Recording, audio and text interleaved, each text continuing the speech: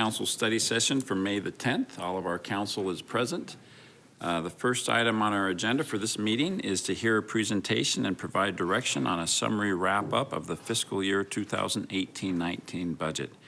Candace, you're a regular attendee to these meetings. We appreciate you. Thank you. What more do we need to know? Good morning. So we had a very exciting April. Where we came to you and we talked about all sorts of amazing things that our departments are doing and activities and programming and the growth in our city and all that and revenues and so forth. And it was pretty exciting. And so now we're ready to kind of wrap that up. We have done all of the scheduled presentations regarding departments and really just kind of want to pull it all together here as we go into the May, as we're scheduled for May 21st to do the tentative adoption of the budget. So this is just a wrap up of what we've done. It's not the numbers. We're now rolling all those numbers together, and that will actually be next Thursday that we'll be reviewing those numbers in anticipation of the May 21st agenda. So the fiscal year 18-19 budget is a balanced plan, and we talked about this through, so these are just kind of some highlights. The budget includes investment in our human resources, which are very important, our community assets, facilities, and so forth, as well as making sure that we have sustainability of our quality services so that we can do it not just today, but into the future, which is why we focus on that kind of forecast period that we showed you, that kind of 5 to 7 year forecast. We continue to work on our community, see what the needs are in the community with our communication, looking at data and always using continuous performance analysis tools to make sure that our services are in line with our community needs. Just a real high recap. Again, our employees are our greatest asset here in the city because we are a service organization, and without them, we would not be able to provide the quality services that we do today. We have a growing inventory of great places that we've talked about, and one thing I do want to talk about a little bit is kind of our unsung heroes. We talk about that great dinosaur that's on the side of the Natural History Museum, but behind that dinosaur is a building with air conditioning and heating and electrical and computers and everything else that's in every building within the city of Mesa. And so we don't really bring those departments forward to you. They're not as glamorous. We don't have big dinosaurs to talk about. But they keep us running. They keep our museums running, our parks up to date and clean, our public libraries safe and clean and accessible. And so we just want to kind of give them a little kudos for everything they do to make sure the infrastructure is working, the things that people don't usually see.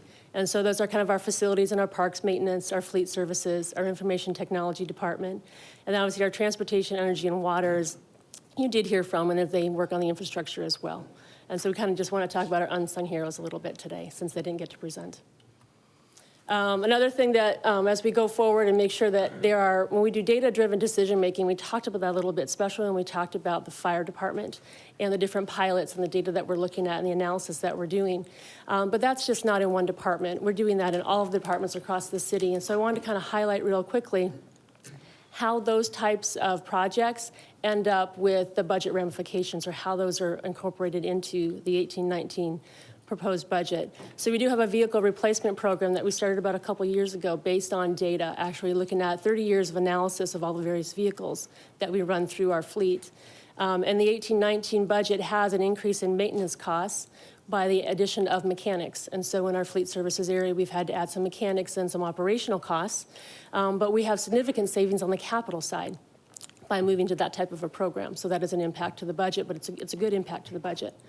We talked about the fire and medical when they came forward with theirs, and we are running some pilot programs on the flexibility of configuration of response units. We also do staffing model analysis. That doesn't always come to the level of the council because it's kind of a daily thing we do. When do we use temporary services, temporary employees? When do we use overtime?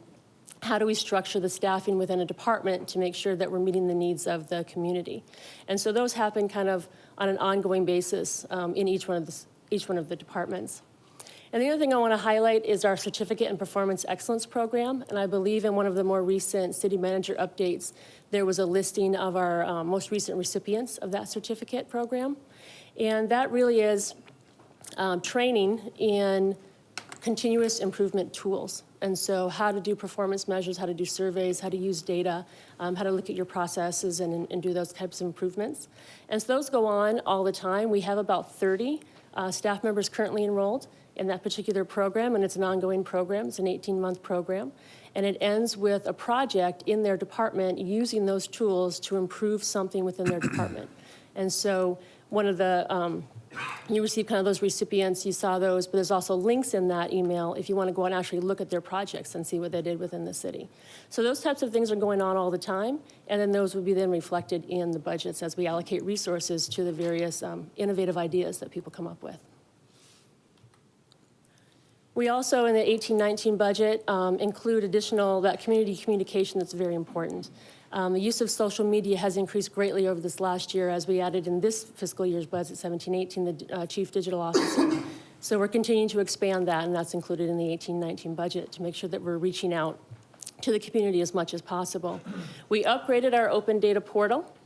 We sent that out, and it's available now to actually tell stories. And the very last item on the agenda this morning is talking about transforming neighborhoods. And so that is actually up and live, and you can click on that and kind of look through the story as we start developing those. We also had a focus on increased financial transparency with our open budget module, which I found very helpful. And what I did here is just give you a couple screenshots. If you wanted a direct link, those links on the top right-hand corner are actually a link into those pages directly, but it's very easy to find from the main page. You just go into the data portal. This is a picture of what the data portal looks like, and you see that City Council strategic priorities there. That's where you'd actually link to that transforming neighborhoods that we're going to talk about at the end of the study session today. At the bottom are all of the data sets. So those are the various data sets that we have there that you can go out and explore. There's also a link to the open budget, or you can go directly to openbudget.mesaaz.gov, and you will see that this year's budget, so this is the 17-18 adopted budget. It will have the adopted budget, the revised budget as things move through the year, as well as the actuals are out there. So as soon as the 18-19 budget is adopted, we would then be working on updating this site as well with the 18-19 budget. The actuals for out here, the actual expenditures and revenues, are updated on the 15th of every month. So it'd be the prior month as it closes, the 15th of the following month, that month will be available. And I just want to bring that to your attention. So that pretty much wraps up our fiscal year 18-19 budget process. And like I said, we'll be coming back to you next week with the actual roll-up of the numbers of the actual adoption format. Thank you, Candace. Council questions? Yes, Jeremy. Candace, I just want to say thank you. I know that you've replied to a lot of my late emails, so I know that you've done a tremendous amount of work on the budget, and I appreciate all your time. Okay, thank you. Thank you.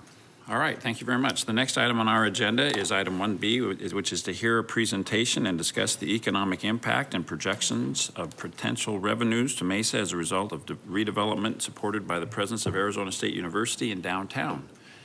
Mr. McVeigh, welcome. Morning, Mayor, Council. So I've got a lot of things to get through, so I'm gonna jump right into it. But first, I would like to give you kind of an overview of how we got here.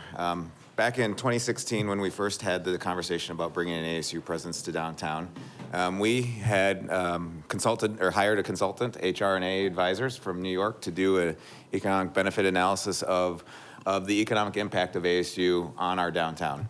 The results of that analysis were pretty significant, but it's important to note that that was a different proposal. It was about more than double the size of what we're talking about today, so the impact was greater than what we'd expect.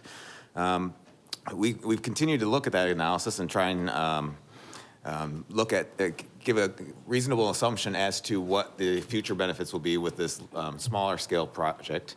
And in doing so, it's important to note that that analysis looked at a lot of comparable cities. They looked at other cities that had done university expansions and the economic benefits that have come from those. So some peer cities that were looked at: Charlotte, Winston-Salem, Philadelphia. Excuse me, Jeff. Do you have a question, Jeremy? I don't think any of us can get the presentation to open, or at least from this side.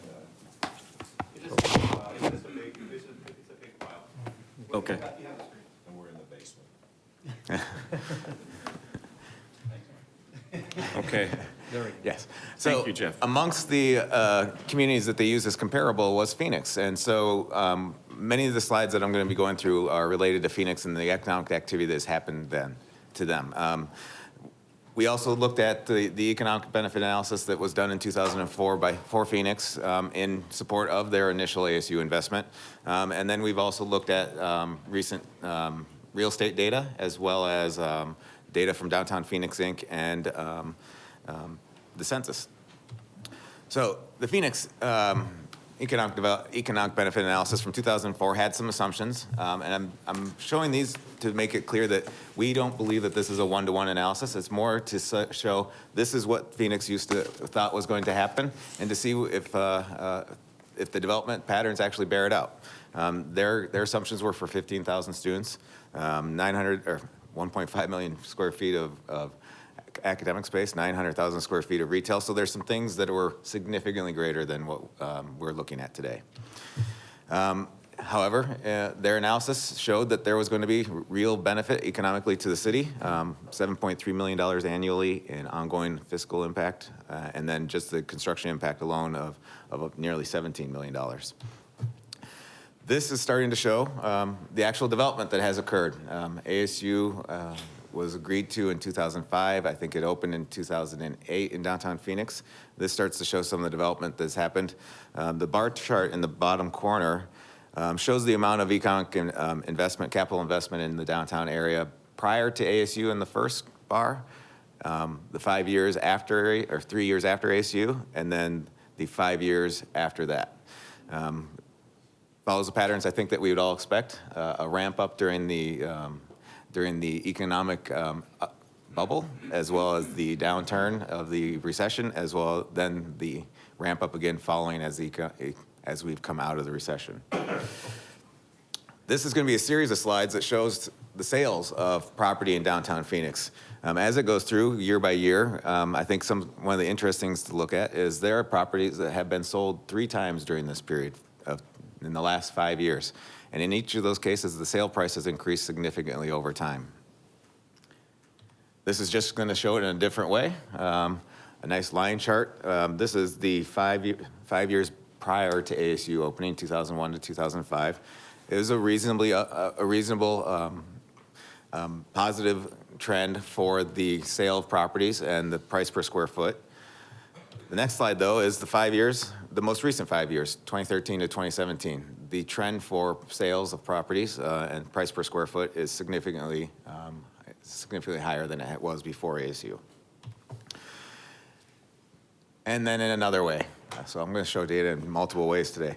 And showing data in another way, this is the sum of all sales. So this is essentially every property that's sold is the total value of that property.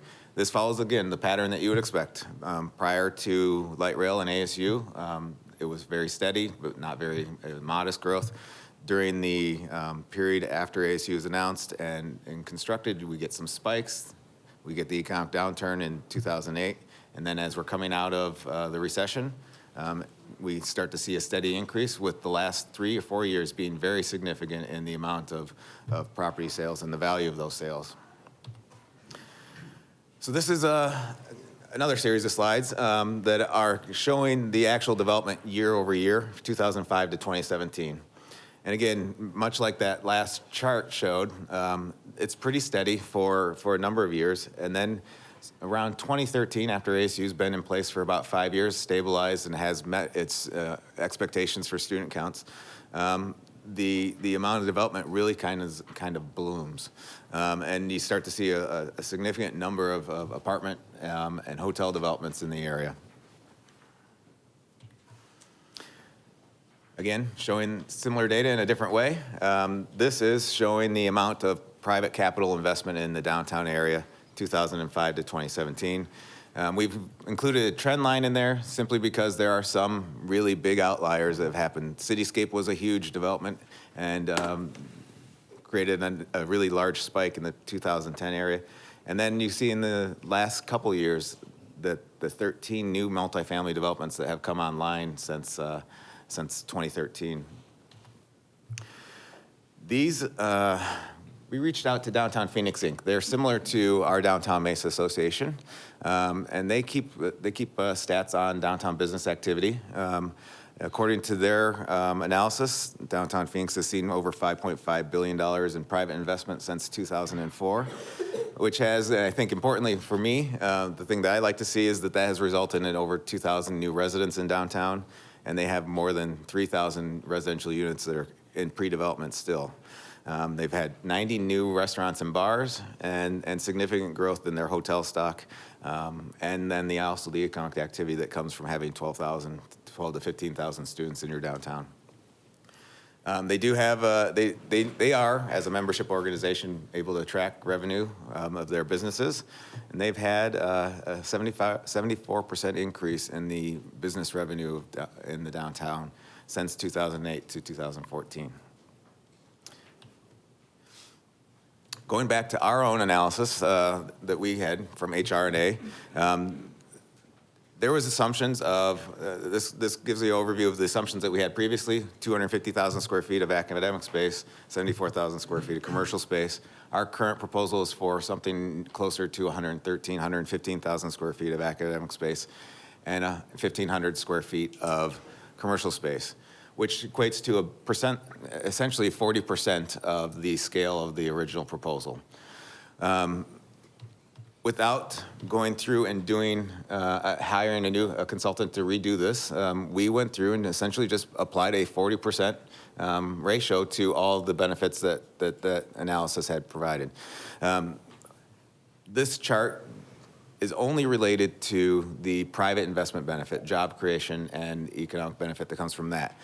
We did not include in this slide the benefits that will come from the 750 students and 40 faculty and staff, the minimum 750 students that ASU will bring to the downtown, and their faculty and staff, which is currently estimated having salaries of between $8 and $10 million per year for the first 3 years. So this doesn't include the direct benefit that comes from having the ASU building here.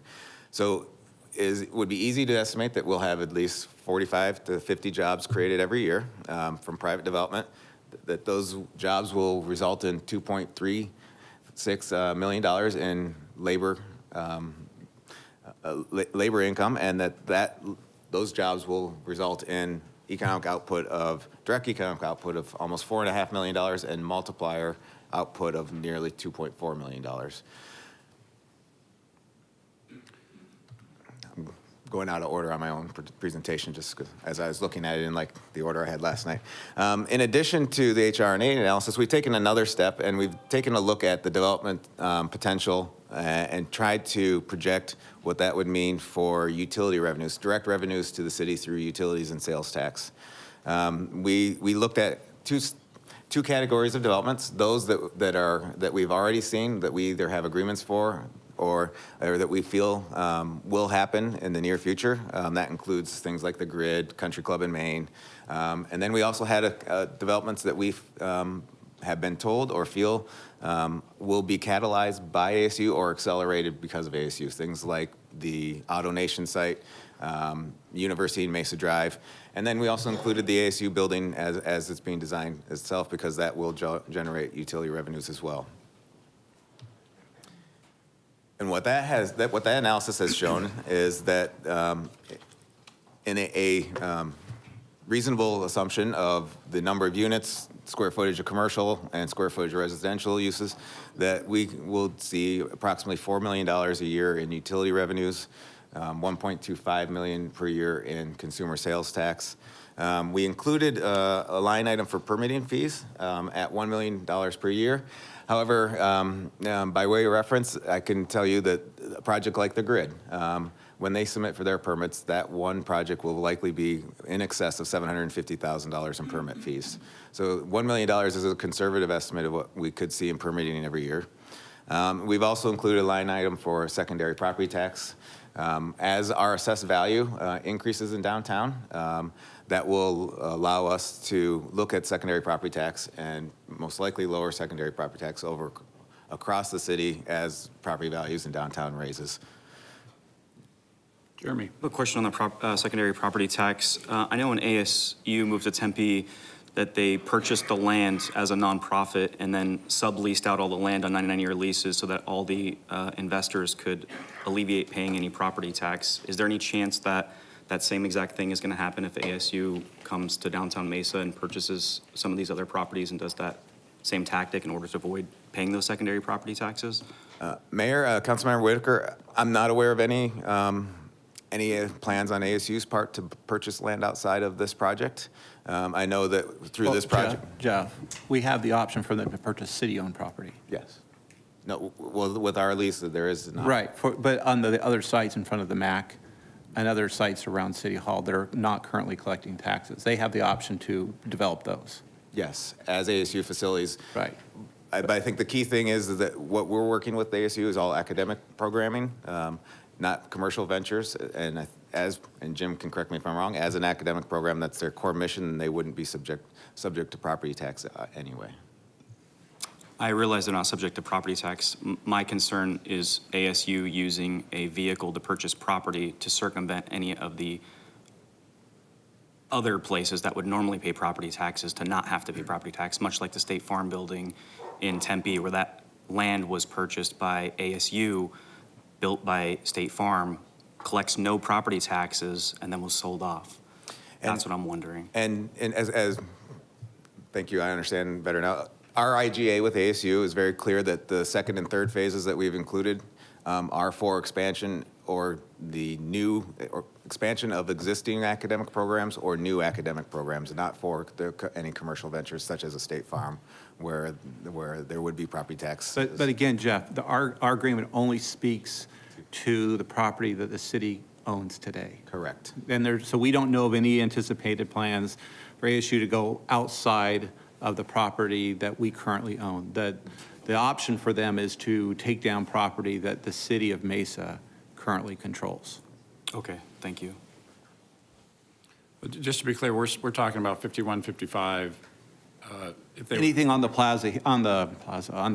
City Center. city center area the city possible. center, we're going to retain ownership of that property, We'll always retain ownership, but they have the option to develop on that. right? At But there their won't be a expense. transfer of title of the property. It'll, Correct. They'll be long-term, just like, it wouldn't be any much different than what's being proposed for the first phase. And so when we talk about the HR&A study that was originally done in 2016, while we say, ultimately that is still our vision, right? It's ultimately that we would go to that level of development. And so the HR&A study impact, we still would suggest that that's still a real possibility for the city. It's just that the funding in the first phase, we're only committing right now to the first phase, which is the building to our, here on the plaza, on the Civic Center area, Building A, by the ITD building. But there still is the belief, and in the long term, and that's why we're doing a master plan of the whole area, is ultimately that study that HR&A had with the other academic buildings, I think the other 2 or 3 buildings, would still continue to happen at some time in the future. So even that impact study, a $5 billion benefit to the city, we would still say, based on what HR&A came up, would eventually happen. It would just be later on than what we had originally anticipated. The HR&A study, the part of it that I read, said something about like 700,000 square feet of commercial property space, unless I was mistaken in one of the somewhere I read that in one of the studies. Is that not the case? There will be no commercial space. This is purely academic? Mayor, Councilmember Whitaker, the assumptions of the HR&A study were that there'd be approximately 14,000 square feet of commercial space that would be included as part of ASU facilities. And that was originally when we were looking at this, the building that was going to be in the first phase on the Art Center campus where 51 through 55 is located now. The city had reserved essentially the entire first floor for food and beverage options that were at the control of the city to help benefit the MAC. Okay, I may be mistaken. I thought that I imagine that 70,000 square feet is likely, they made some projections as to the amount of square footage of each different type of private development that could happen, whether it be retail, retail office, or hotel. So I could imagine that it would be part of the retail assumptions. Okay. And so, Mayor, Council, the slide that I have up now are for those developments that we listed: Country Club in Maine, the Grid, First and McDonald, University of Mesa Drive, Brown and Brown, those that we feel confident are going to happen, and those that the developers have let us know one way or the other, such as Auto Nation, that the ASU proposal is fundamental to their development plans. What we haven't included in this, though, are a number of projects that are currently underway, such as Art Space and the residences on Main that will be brought online this year yet, and will will start providing us revenues to the utilities that we haven't projected yet. And there's additional projects such as facade improvement and other downtown businesses coming in that we would also recognize as creating additional economic activity that will benefit the city as well. So having said that, based on our analysis, there is a significant revenue, financial benefit, economic benefit to the city of ASU, and we think through the peer examples that we've looked at, the investment in higher education in downtown will provide an economic benefit to the city long term. And with that, I'm happy to answer any questions. Thank you. Francisco. Hey, Jeff, on the activity in downtown Mesa, downtown Phoenix, is there any information on, I know another institution, the U of A, has increased their activity downtown, closer to 7th Street, also expanded their nursing program, the medical program. So it's not only ASU that we're talking about, other potential partnerships with other institutions that we've talked about here also have been relocating to downtown Phoenix, also investing into the downtown portion that I don't see kind of the information here, right? So, Mayor, Councilmember Heredia, I brought back this slide to show that we tried to identify all the ASU facilities in downtown, which include the biomedical campus in the U of A. And yes, I don't intend to, or didn't mean to discount that investment as well. It does play into what has happened in downtown as well. Yes. And so that, to that point, we believe it will continue to support Ben U, and we've already been approached by MCC about relocating down here. So just the announcement of ASU and the Innovation Studios certainly is getting the attention of others who would want to gather and be part of the downtown area. Great. I think it is important to learn more about that. There have been phone calls made to Mr. McVeigh since this announcement, people exploring, institutions exploring other options. MCC is one of them, and I'd like to hear more about that, but I think maybe I'll save that question for when we're talking about the agreements later on. Kevin. Thanks, Mayor. Jeff, on the HR and A, when they did their analysis on downtown Phoenix, they obviously captured the student housing and the number of students that were down there. And when they did the Mesa analysis, were they utilizing a portion of the downtown Phoenix study, or were they strictly looking at just Mesa with no downtown housing for students, no core curriculum for students, that it was only focused on grad students and juniors and seniors that weren't going to be in downtown full-time? Did they look at that difference, or was it just they looked at Phoenix and said, okay, here's a scaled down version of what's going on in Phoenix, and this is what we think is going to happen in Mesa? Mayor, Councilman Thomas, just real quick for you. The studies were done by two different groups. So the study for Phoenix was done by Elliott Pollock. Our study just for Mesa, looking just at Mesa, and really they looked at Phoenix along with about 6 other cities, was done by HR&A. So it was a different consulting group that did our study.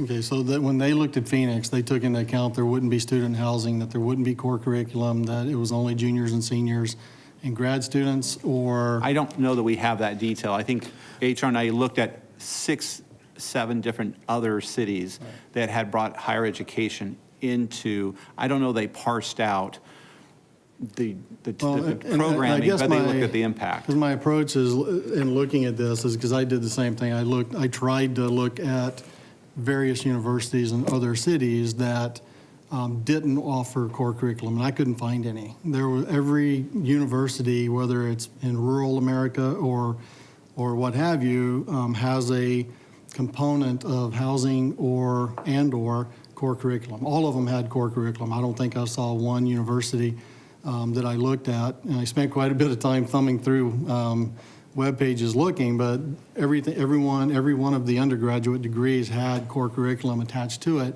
so that the students were staying in one location, doing their entire degree in one location, which is exactly what's happening in Phoenix. So you have the student housing, and then you end up with the services that'll promote the students, living in a downtown full time. We're not going to have that here, so I want to make sure that the numbers that we're actually looking at are accurate data, accurate numbers for not having full-time students in downtown Mesa 24/7. And Mayor, Councilmember Thompson, I can address that to some degree. When we met with HRNA originally back in 2016, we knew what the programming for ASU and what the programming, what their proposal for programming was. Well, today it's scaled back from that. It is still the same curriculum. It still was the same a center versus a campus, so it was still going to be on higher level undergrads and grads. So at that time, this was done without the assumption of student housing or the core curriculum. But having said that, back in 2016, the Network Auto site was under contract with a student housing developer in anticipation of ASU. So there is still an expectation that there is going to be pressure for student housing in downtown, even with this campus, or even with this center. Jeff, we have representatives from ASU here, and I think later on, under a different agenda item, we're going to hear more about the proposed programming for this campus, correct? Yes. So I think we will discuss that issue in just a moment. Mr. Luna. In terms of the university offering, it doesn't preclude ASU from offering gen ed opportunities. I can certainly see, because for example, the Walter Cronkite School, it specializes on mass communications and journalism. I'm sure students take gen ed opportunities either via the web or partnering with some of the colleges that are other colleges in the Phoenix area. So I think this will incentivize working with Maricopa Community College as well as working with Benedictine to try to provide those opportunities. Yep, and we see those buses shuttling back and forth between campuses all the time. Well, in between the Polytech and Tempe, and there's a tremendous activity between Phoenix and Tempe, and that's why, maybe to your point a little bit, Councilmember, I think you're right. I think your point is interesting, but I think one of the reasons they like Mesa is because of its proximity to Tempe and be able to go back and forth. I think their students, regardless of what track they're in, of what degree, they're probably going to be going back and forth to multiple campuses. If they literally have buses going between downtown or from Tempe out to Southeast Mesa today, very actively, and a lot of activity going between Tempe and Phoenix. And that's one of the reasons they've looked at Mesa is because our proximity with light rail and the ability to go back and forth. But to your point, I think we want to have as much of robust programming so that we can, to your point, we want to be able to have students who are going to stay here and be actively in the downtown area. So I think that's something we continue to push for. And whether it's this phase or the subsequent phases, I think all those things are things we need to keep talking about. I think I had a similar concern at the beginning of looking into this idea when ASU was suggesting, maybe we'll put a lab downtown. And I remember having a conversation with them and saying, no, we don't want a lab. We want academic space because we want activity. We want people getting off the light rail and coming in and buying sandwiches and stopping in the coffee shops and creating that hustle and bustle. And then I heard the presentation from Brookings Institution where they talk about the model for the innovation district, and what you want is a research institution downtown that is spinning off startups and creating patents and creating economic activity. That's a far more significant economic impact than selling sandwiches to undergrads. So I think you got to keep your eye on the ball here. This is not about making a dollar here and there on somebody in between classes. This is about an economic engine that attracts new businesses, that attracts other businesses to come and move in next to this building, that creates technology that is at a higher level and has a more significant economic impact. But in addition to that, the building next to this building, Jeff, is going to be populated by folks from Mesa Community College. Is that correct? We're considering that, Mayor. Okay, well, I can't we make have that a leap yet, proposal Mayor. for Mesa Community College. We've met with Mesa Community College to see whether there is a possibility to partner with them in a permanent home for their Information Technology Institute, which is their partnership with Apple and Microsoft for certificates and developer certificates. They announced that a month or two ago, and that they're going to initially kick it off on their campus downtown on North Centennial. Okay, thank you. Additional questions? Jeremy? How were you able to isolate all the other variables outside of ASU to attribute all this downtown success strictly to ASU? Mayor, Councilmember Whitaker, I am not at all trying to attribute all this development activity to ASU. There is several other factors. There's light rail. There's the socioeconomic changes of people that are wanting to live in a more urban environment. What I am arguing is that ASU is a big factor in the amount of development that's happened and the type of development that's happened in downtown Phoenix. This is anecdotal, but we have conversations with a lot of people. Mr. Naimark could probably talk to this better than me, as he was in the city of Phoenix government during this time. But many people say, even with the introduction of light rail, the redevelopment activity didn't take off until ASU came. 15,000 students makes a difference, and it's almost a snowball effect. Once somebody takes that risk and they find success, then another person's willing to take that risk and find success. It's the same thing that we're facing today as we have developers that are all lining up at the door for us, but nobody wants to take that first step, and the first one that does and shows success, we're going to have that snowball effect here as well.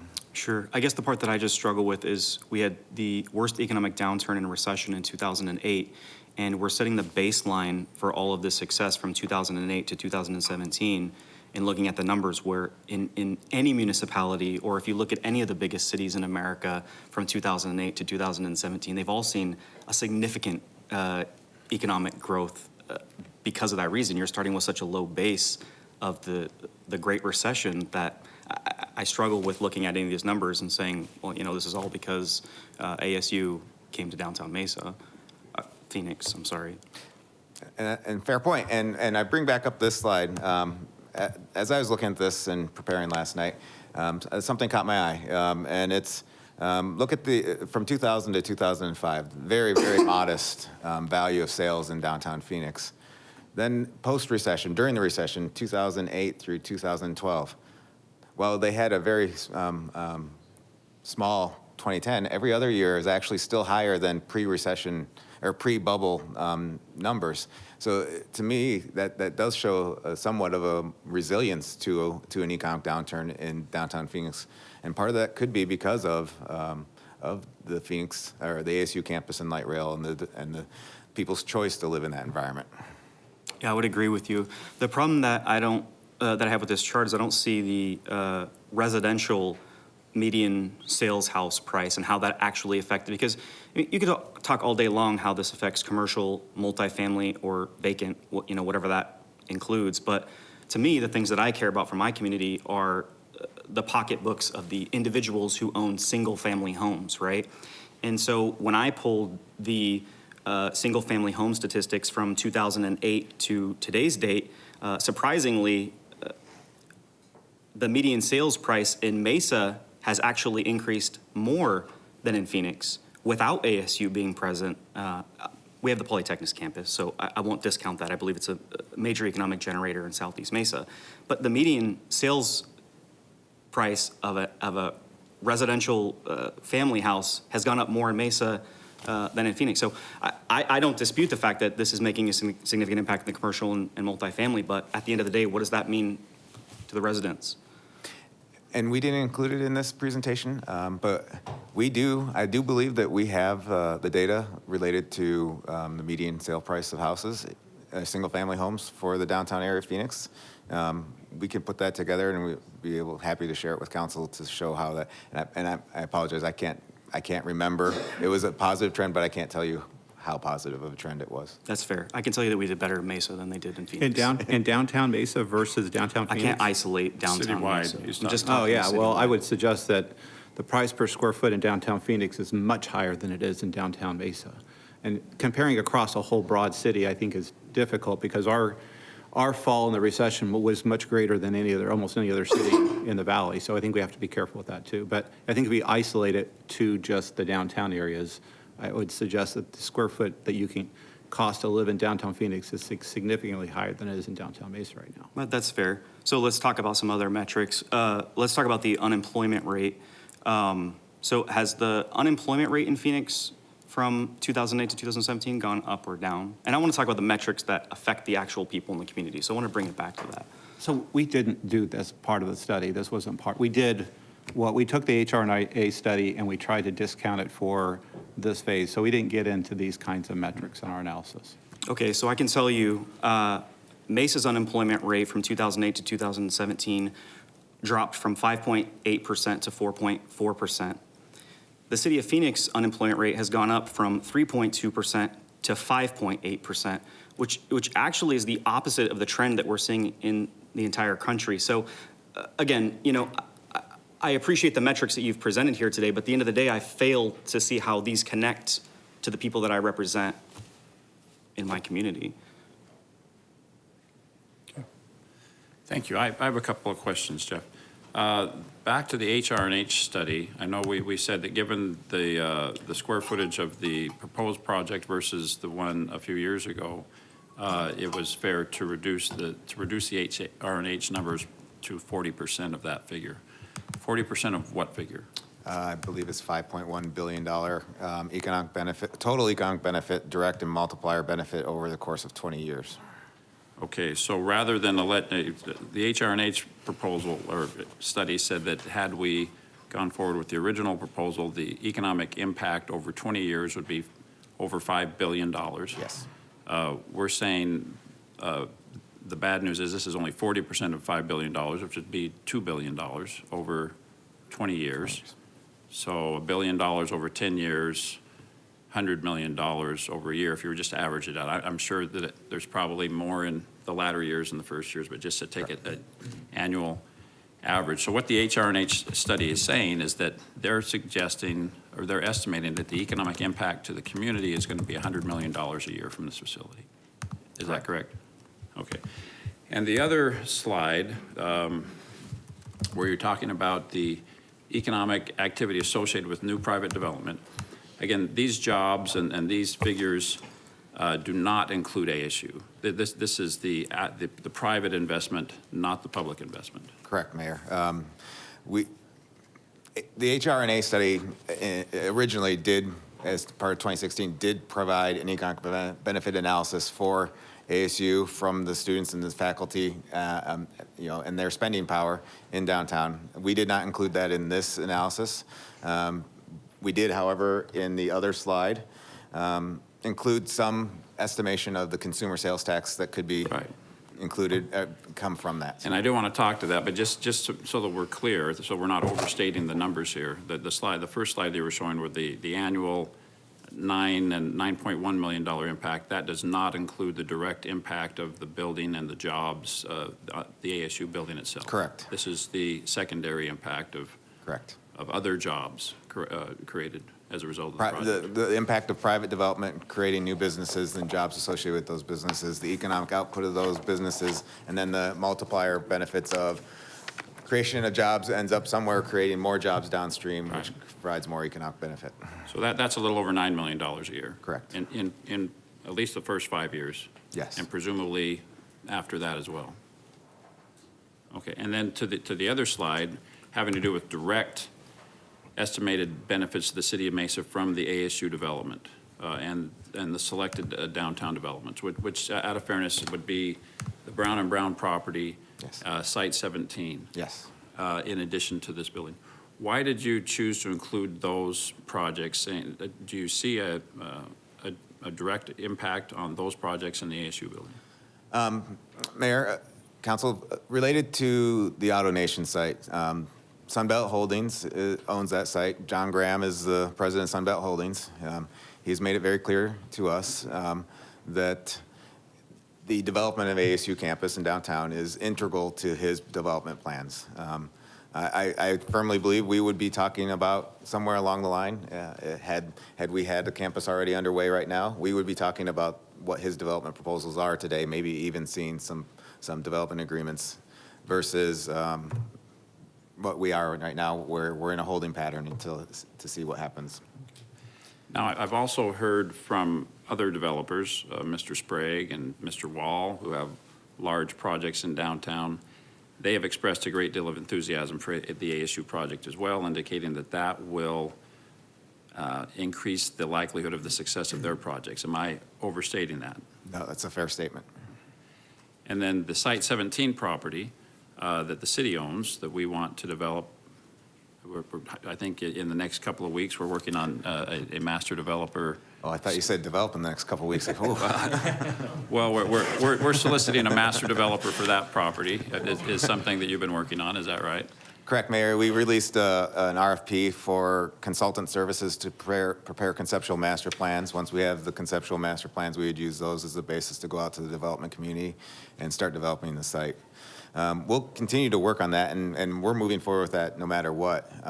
It is my belief, though, that project will accelerate. The development of that 27 acres will be accelerated by the existence of ASU, and likely the economic benefit to the city through the sale of land will be better with an ASU presence in downtown versus not. So, and that opinion is based on conversations with real estate developers, and you're comfortable that the value of that project, the quality of that project will be significantly impacted by ASU coming to downtown? Mayor, I believe we're going to have a significant amount of development interest on Site 7, University Mesa Drive. So to the slide then that we were just at, the direct impact in terms of utility sales, sales tax from those buildings, the permits issued by that building, the economic impact of the increased property values, the direct impact by the buildings that we've talked about is about $7.5 million a year. Correct. Okay. So per the HR&H study, it's about $100 million a year. I don't want to misstate this. Per the indirect economic benefit of other projects, about $9.18 million a year. And then the direct impact from these buildings is about $7.5 million a year. Is that? Correct. And do you feel like these are conservative estimates that are based in sound economic data, or are we on thin ice here? Mayor, we have been purposely conservative in our estimates. We did not, when we used, for example, the Auto Nation site and University Mesa Drive, we don't know what the plans are today. So we created assumptions of land use types and the intensity of those land use, a low, medium, and a high assumption. These are based off of a medium intensity development assumption. The permitting numbers that are shown here, those are very conservative. It'll only take 2 projects, Country Club in Maine and the grid coming on this year, and we'll have $1.5 million or greater in permit fees. So I think that we purposely tried to be conservative in this. And I'd even refer back to the 2016 HR&A analysis where they were trying to be conservative in their analysis as well. And they even state, when you look at the summary, that they believe that some of the private development growth that they anticipate will be higher than what they've included in their actual analysis. So Mayor, just one thought is, I think we're confident, we've tried to be very conservative in this, but really what it comes down to is when. You know, it's not a challenge when we have to provide these to you quantitatively in a spreadsheet. It looks like everything's going to happen day one. It's not. That year one could be 5 years from now. It could be 4 years from now. It could be whatever. So we're just trying to give a sense of magnitude. You know, it's going to take a while to design, construct, and get a program up and running at ASU. How fast the development happens after that, we don't know for sure. But the experience of what we've seen in Tempe, Phoenix, Dallas, Philadelphia, North Carolina, they all suggest that these numbers and this kind of experience that we've tried to quantitate will happen. And they've happened throughout other parts of the country. So this is just this is an estimate, and it's a plus or minus. Probably the most difficult thing to estimate in this is not so much trying to understand a vacant lot and land use and try to come up with its ultimate development numbers. It's just when will it happen? And so, at some point within the 20-year period, we do believe it will happen. So fair enough. This is a long-term, permanent play in our downtown. This is not something that you're going to be able to measure in the short term. We call it an investment. Yeah. Okay, so this might be a question for you, Mr. Brady, but Mr. McVeigh, so I think you've done a great job of summarizing now we know what the plus side of the equation is. The $7.5 million a year in direct, $10 million a year in, $9.18 million a year in indirect, and $100 million a year per the HR&H study in the larger ripple effect. So what is this going to cost us to get that return? Yeah. And so, Mayor, that's the work that's ongoing today. As we mentioned to council, after you gave us permission to continue the discussions with ASU, we have, with ASU, are sitting down at the table with a design consulting team. And you're going to hear later today, or this morning, sorry, a presentation that'll include, you can see where we are with the programming side of this. And the idea is to come up with a fixed, or it's not fixed, a set cost, a maximum that we'll agree to spend on the academic building. So we have the academic building. We think the city will probably want to invest some of its funds in its own building, the design, the innovation studios, to bring in a Boeing and an ASU Innovation and MCC and others. And so we allocated that. We also need to create a strong connection, a civic center connection between the light rail and the building. So we want to make sure to allocate. So we're trying to make all that fit within this budget. So how much will go to the ASU building? Again, we're hoping to have that in the next 2-3 weeks, I think, the end of May, so that when we come to you in June with the agreements, we'll have that number to include in the agreements in June. Okay, nice way to tease the next meeting in June. So we'll wait to hear that number. Mr. Freeman. Thank you, Mayor, and thank you, Jeff, for your presentation. I was just curious, did your analysis include the new development proposed between LeSueur and Mesa Drive along Main Street? Mayor, Councilmember Freeman, we did not. We were well into this analysis the day that the City Creek Reserve folks came into the city and said, we're ready to move forward. That project is very significant, well over 200, I think around 240 residential units, commercial retail space on the first floor, and a timeline that's going to happen in the next 2 years. So, no, we did not include it, but that would be a significant development as well. So to tie that in with the grid and then CPLC development. And just a couple more comments. Last year, and I find this intriguing, that 3 of us traveled to New York City, and I'll say with ASU, to look at these innovation districts and how they impact communities. And I was just impressed with all the students, the way New York University worked. We went to the Brooklyn Navy Yard. We saw the innovation and work there. And how the city of New York took the Navy Yard and then 300-acre development and transformed it into, and it's probably 25-30% developed, and it'll be a huge economic engine to their city, and I appreciated learning all about that. But I believe Mesa always invests in ourselves. We've done that for decades, and I had the opportunity to visit with Mr. Graham last Friday, and I asked him point blank, I mean, does this, if it's ASU, U of A, NAU, or whomever comes downtown, is that important? He says, it's critical to my development. And so I believe him. He knows his business. So I'm putting it out there. I do support ASU. I think it's a huge economic engine for our downtown area. It'll create income stream that we provide all the utilities for these developments. The other thing is, and this is kind of fun, I talked to Chief Rankin. I'll throw him under the bus right here, but I asked him why he lives in downtown Phoenix. And I could have him come up and explain why, but I won't do that to him. But He'll take off his uniform. okay.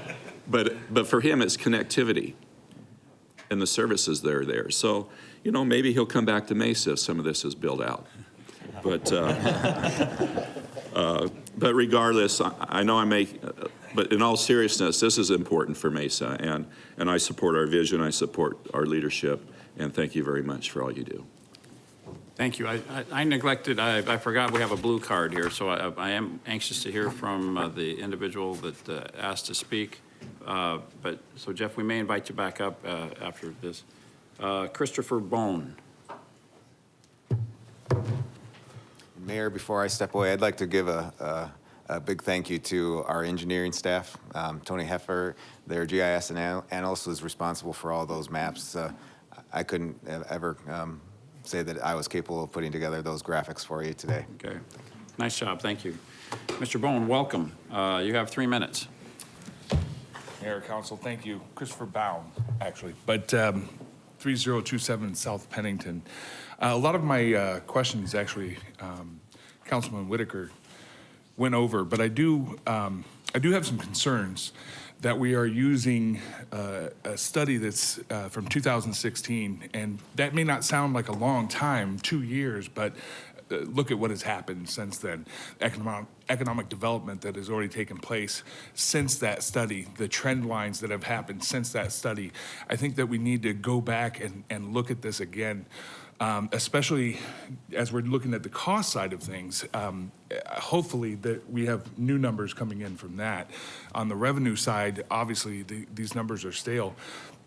Granted, you have said that they are conservative in nature, but that still doesn't mean that they're not stale and need to be updated. And I think it's important to do that so that we get a really good idea of what this is going to look like going forward.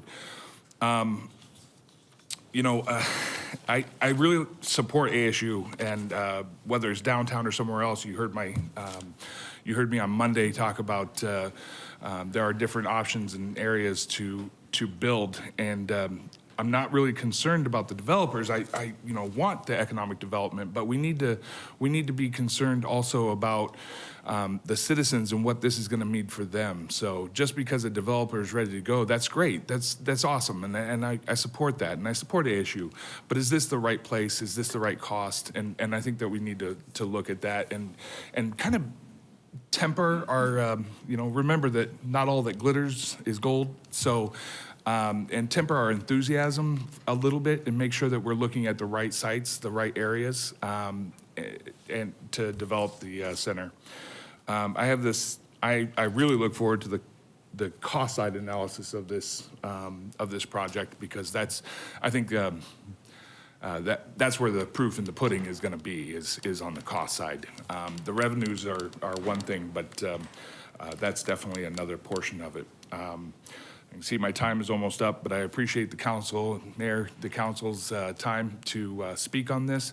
I really look forward to looking at the cost side, and I want to speak again once we get those numbers. And again, to reiterate, it's really important that we have current numbers that we're talking about. This is a huge project for the city. It's a huge investment. It's a huge commitment of time as well. So we need to make sure that we literally cross all our T's and dot all of our I's with this decision. Thank you. Thank you. Sounds like we'll look forward to hearing from you again.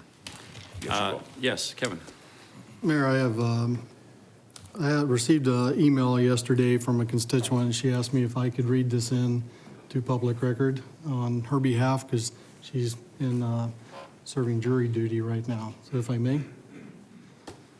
Angel Levine, 7245 East Navarro Avenue, Mesa, Arizona, 85209. Dear Councilman Thompson, Mayor, and fellow council members, I would like to start off by apologizing that I'm not able to make it in person to formally address my concerns. Currently, I am a potential juror and serving my civic duty. I have been in attendance and spoken to you all about the progress of bringing ASU to our downtown. As I've stated before, I welcome ASU, but not in the way I believe is being forced on my fellow Mesa residents and myself.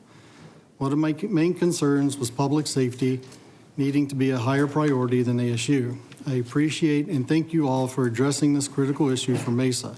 I see you have voted to add the sales tax increase of 0.25% to the November ballot, and that this 0.25% will go specifically 60/40 to our police department and fire department. Thank you. With that said, unfortunately, there is no guarantee that this will pass, and it would look extremely shady and irresponsible if it does not and ASU is funded. Not to mention the back door that seems to be open to dealing with the ASU option. Give it to the residents of this great city straight and fair. I am formally requesting that we give the same consideration to ASU. In 2016, the voters declined the combination of these items, and I'm requesting we put them both on the November ballot as separate measures and propositions. This is the right and responsible way to go about this process. I thank you for your time, consideration, and service. Sincerely, Angel Levine.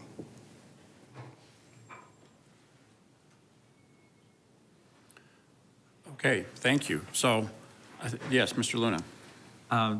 Jeff, maybe Mr. Naimark, maybe he can come forward. One of the things that, because I obviously associate with many academic circles, is something that I'm very in favor of. I think what Benedictine has done to the downtown area has been very, very impressive. So I look forward to those opportunities as well. It's really transformed the downtown area. Bringing ASU to downtown campus is very, very positive for us. As you know, I worked for Mesa Public Schools for many, many years. All my teacher friends, all my administrative friends have acknowledged that ASU in the downtown area is something very, very positive. And so my question is, what kind of feedback have you gotten from individuals that live in the downtown area for the Phoenix project? And maybe talk about some anecdotal information and how positively it's impact academics as well as residents in the downtown area in Phoenix. Mayor, Councilman Luna, thanks for the opportunity to be here today. My name's Rick Naimark. I'm with Arizona State University, but as was referenced, I was with the city of Phoenix for 29 years, was involved with both the ASU and the U of A developments downtown, and was really the lead person on those for a number of years. So our goals when Phoenix went into that were to create a more diverse economy, to create more access to higher educational opportunities for our residents, particularly those who are in the central city, and really to create a more 24/7 creative job-focused downtown. I myself moved from the suburbs, Ahwatukee, to downtown Phoenix in 2011. And have personally experienced it. And I spent a lot of time, because we do have properties that Phoenix has granted us the right to develop down there. I spent a lot of time working with the community groups in downtown Phoenix. I was almost every night I'm at those meetings. I was at one last night and one the night before.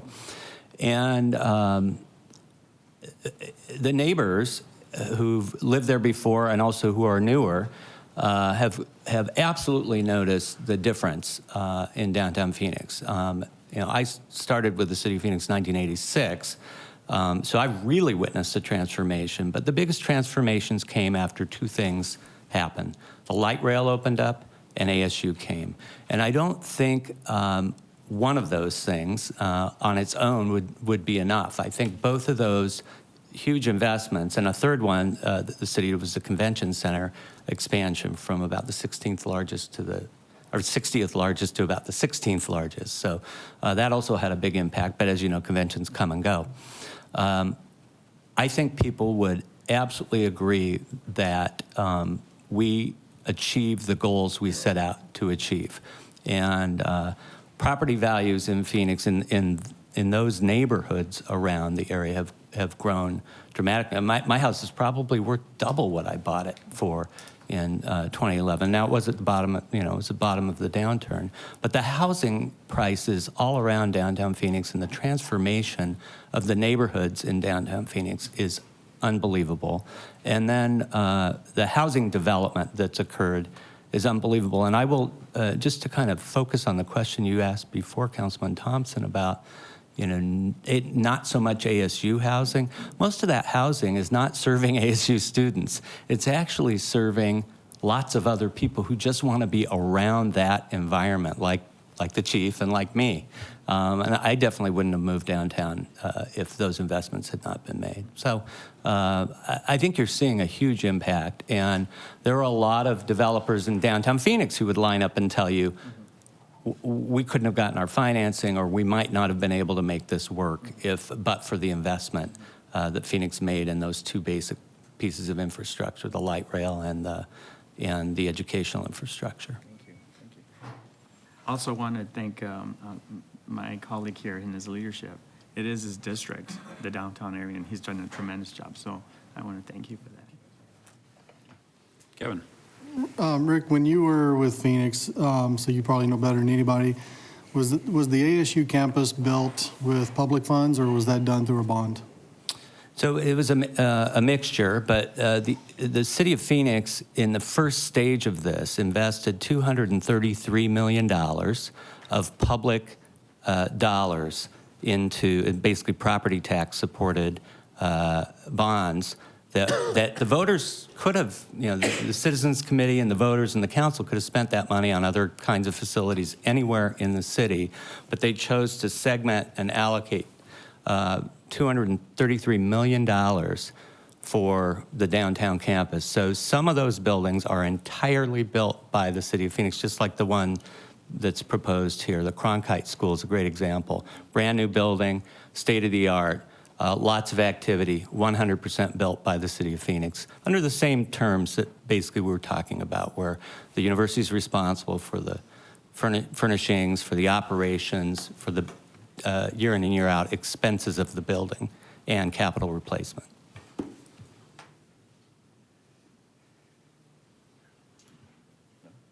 Jeremy?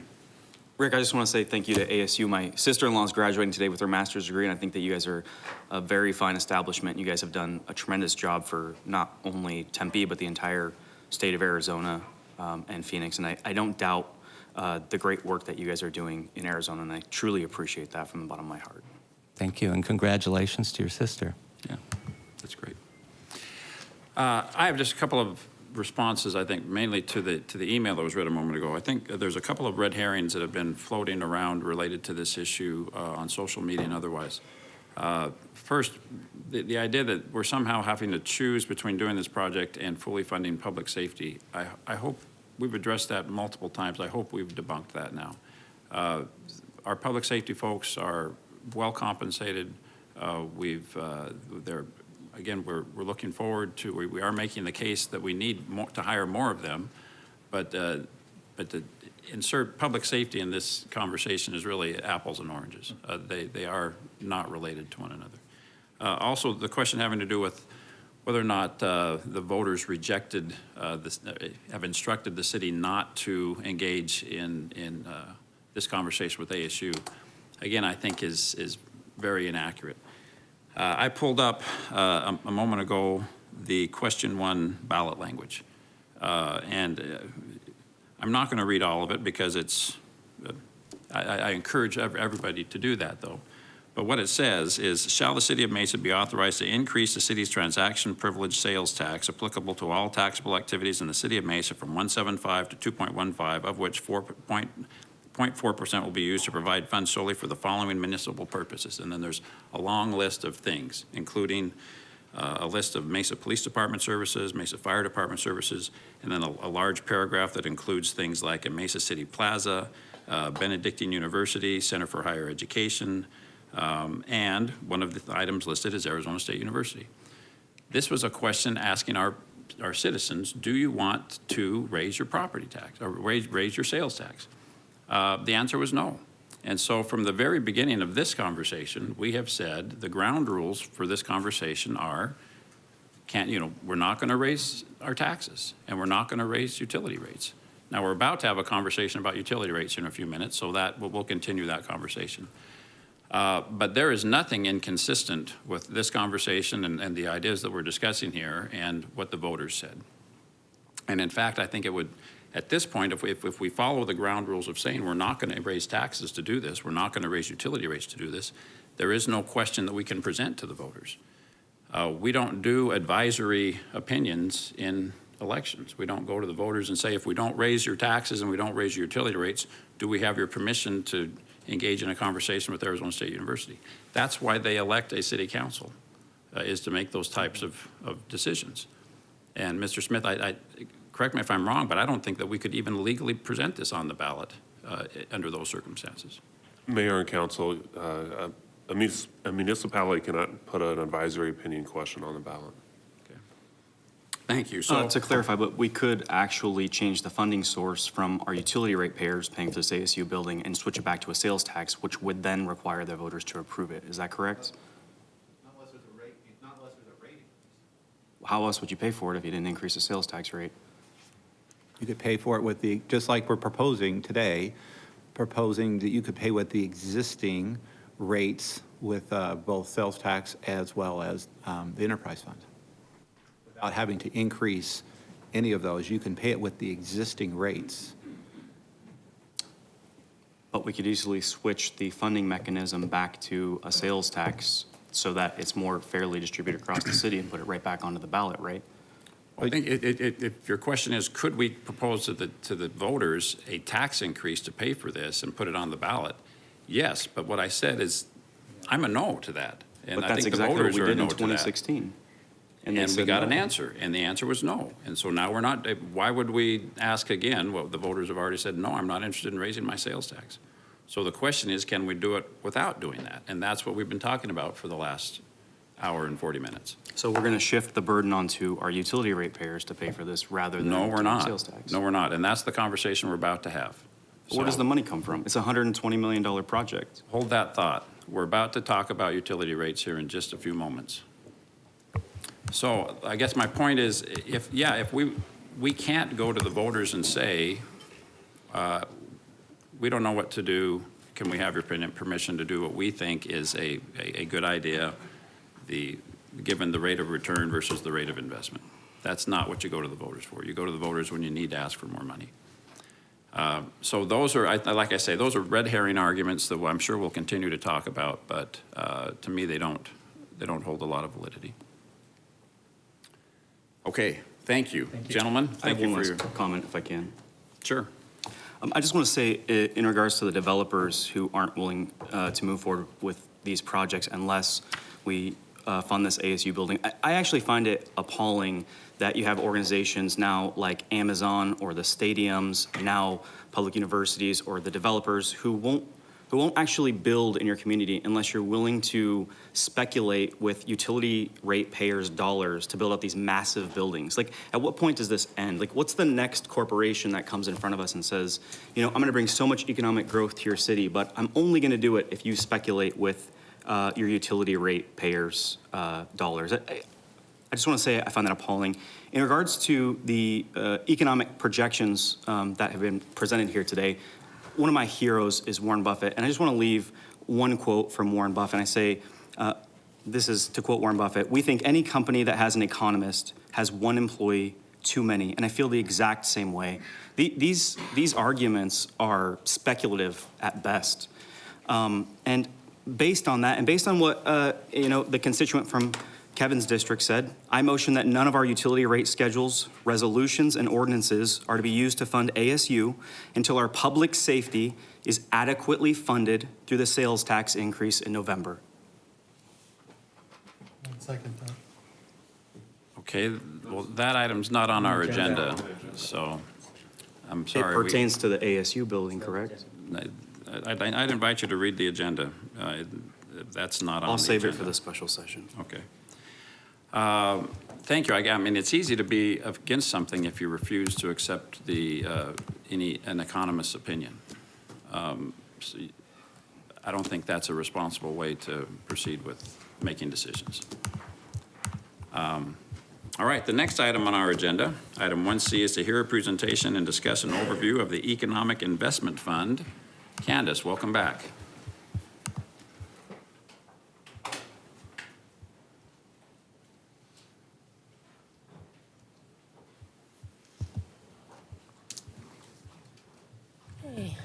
All right, Mayor and Council. This was a presentation that was originally scheduled a few weeks ago, and we didn't have time, so it got postponed until today. There were some questions as we were talking about different investment projects, and you including as one of them, but also other investment projects and how those are actually tracked within the system and how they're tracked through our financial system and how they're funded. So we wanted to take a little bit of time to talk about the Economic Investment Fund that was actually put together. This was actually a request back when the spring training started, when we started talking about spring training and how we were going to build a new Cubs facility, and how what that mechanism was going to be for funding, and how would we make sure that we track that so that we're being very transparent in where the funds are coming from and what the funds are being used for. And so that was really the opportunity we had to create this fund, which is really, I would call it almost like a transparency fund. It's made to make sure that we know where the funding is coming from and what the funding was spent on as we go forward.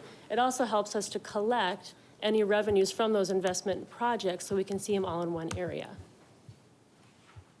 At that time, we also had, through our Economic Development Office, a HEAT initiative, HEAT standing for Health, Education, Aerospace, Technology, and Tourism. And so at that time, that was the focus within the city from the council, was that those were the industries that we wanted to focus on here in the city of Mesa to try to start to grow those industries within our community. And so that was incorporated into, again, this Economic Investment Fund, where anything that was spent regarding some of these initiatives was tracked there, so we could also see any type of a return. Some of the things that were the Benedictine was one of those projects, as well as the Center for Higher Education. And so expenses related to those were in the Economic Investment Fund, and then also the leases, the rents, any revenues coming back from those are also tracked in the Economic Investment Fund. Here are just some examples of projects that we have done over time. So again, there was a healthcare study. We did some, again, Mesa Center for Higher Education, Benedictine University. The spring training multi-use fields were actually just on your agenda recently for an economic development area, as well as that's being developed now. But that was part of one of those investment projects that we used this particular fund for. Able Engineering, AZ Labs, Accelerator. We had the purchase of the Mervyn's building, which has then been almost completely offset at this point by other contracts that we've had with our other leases that we've had. That's offset that as well. And then the various redevelopment zones that the Economic Development Office has come through and talked with you about. Excuse me, Candace. Kevin. You know, I'm glad we're actually having this conversation. One of the things I want to highlight is AZ Labs and what an important asset that is to Mesa. You know, when I was looking at the economic investment forecast, you know, it's showing under technology the AZ Labs, but the operating expenses of about 1.6 million. And I'm not sure if that's the operating expenses associated with AZ Labs or what exactly that operating expense is, because I know that AZ Labs is actually we just signed or approved the contract for, I think, Dane to take over from, I can't remember the name of the company, Aileron or something like that. But anyway, so that contract is, you know, roughly $900,000. And then when you take in the utility costs associated with that, that's further reduced. And then with the tenants that we just brought on and also with another one that's looming, pretty close to signing on to taking a SCIF out there, we're actually going to be, for the first time since the city took it over and since 2011, we're going to be actually pulling a profit. We only spend, on average, about $200,000 a year for the maintenance. So I know that it's always been programmed for about a 1.2 million, but we've only spent roughly $200,000. I think the largest maintenance cost that we've seen to date was the electric service that we did out there. But I just want to make sure that my colleagues are aware of the asset that we have in Mesa, in AZ Labs, and the importance of it, not only generating technology and defense, but it's a kind of a big deal in Congress as well. It's, the Mesa Industry and Defense Council has really brought it to the forefront as well through the Chamber of Commerce. I think Dane has done a tremendous job. Our economic development folks have done a tremendous job of moving AZ Labs to where it's at now. And again, we're actually breaking even right now and on the verge of making a profit for the first time ever at AZ Labs. And to me, it's just a tremendous asset that we need to be aware of. And Mayor and Councilmember Thompson, I do want to point out, thank you for bringing that up. That is, if you look at, I didn't want to change anything from the first time that this was presented to council since it was already scheduled for you. We have not done those updates to the AZ Labs portion of this. And if you look at that financial schedule, the bulk of the forecasted costs were related to AZ Labs. So we have not made those recent updates to this particular forecast, but we will be looking at doing that. And again, that's exactly right. That one took a little bit longer, right, where we had to do some costs in there, but hopefully now it's going in the right direction. We do have some. Yeah, but let's be clear, it still hasn't construction. recovered the initial cost. Right. And it doesn't, that you said utility costs are an expense. So there's the expense of utilities, there's the expense of capital costs, there's the expense of maintenance. But are we collecting on the sales of the utilities though? Because I know we're collecting on so the that's something we sales have to look tax into. for But the electric. we haven't been. But my point is. I know we haven't been on the cooling loop. Right, so, but my point is, we've been paying, we still have to pay utilities, we still have to pay for the security and maintenance. We don't have funds to pay for tenant build-outs. We still haven't recovered our initial capital costs in that facility. So we're hoping on an annual basis to start breaking even, but we still have not recovered our initial cost in the facility. But again, we don't go into these deals. I think the council has to be very clear. There's a lot of these deals we don't go into thinking we're making a profit. We're not a profit-motivated organization. And sometimes I get those questions about what's our profit margin. We don't calculate profit margin.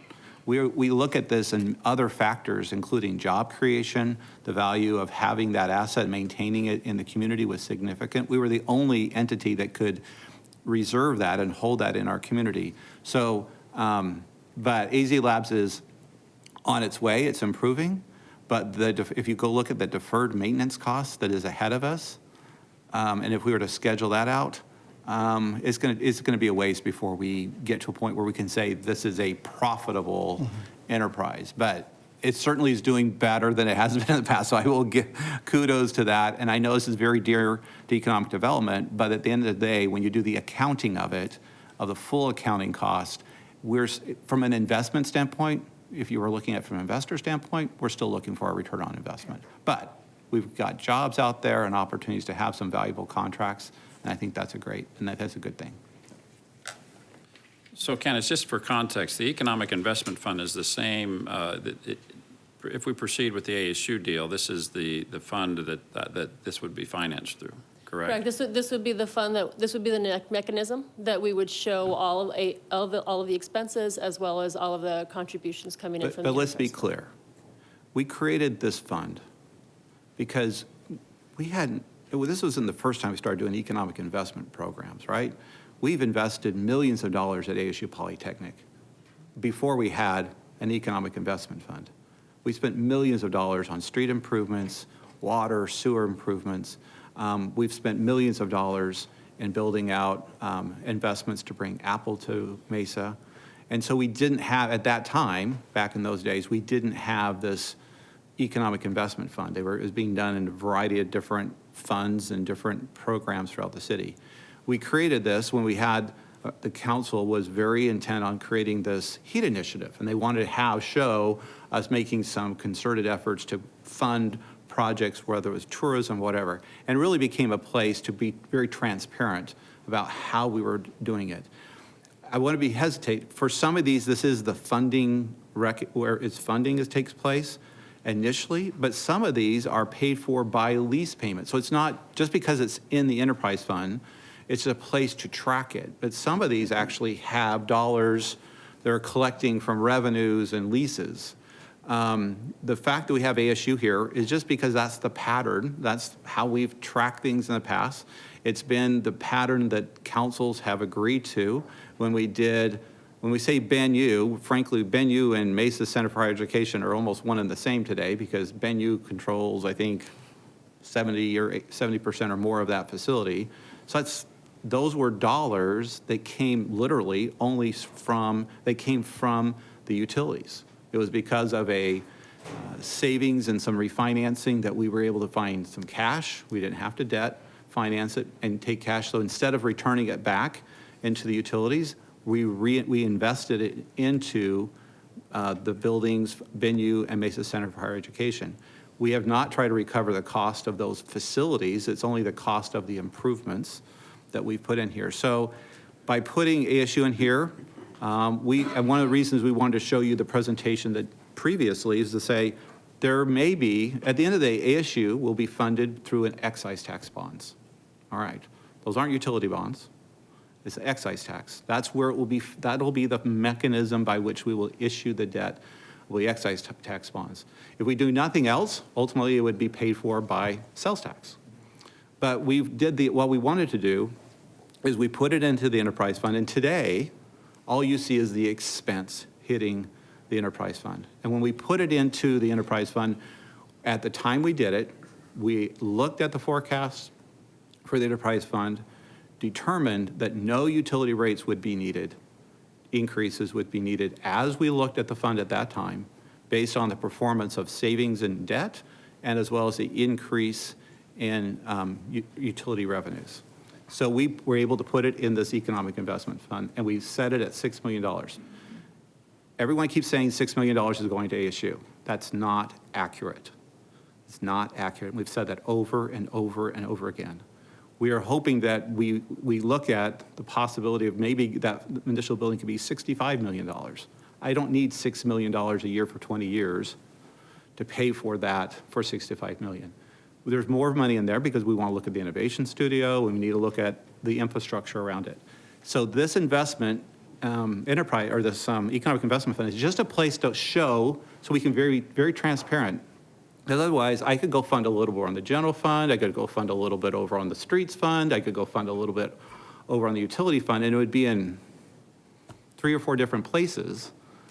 This is a way we can track it, show where it's at, and then the council each year, and I think one of the reasons we want to show you that presentation before is then we can kind of figure out what the split should be. So the funding how much should come from sales tax? How much should come from permit revenues? How much should come from utilities?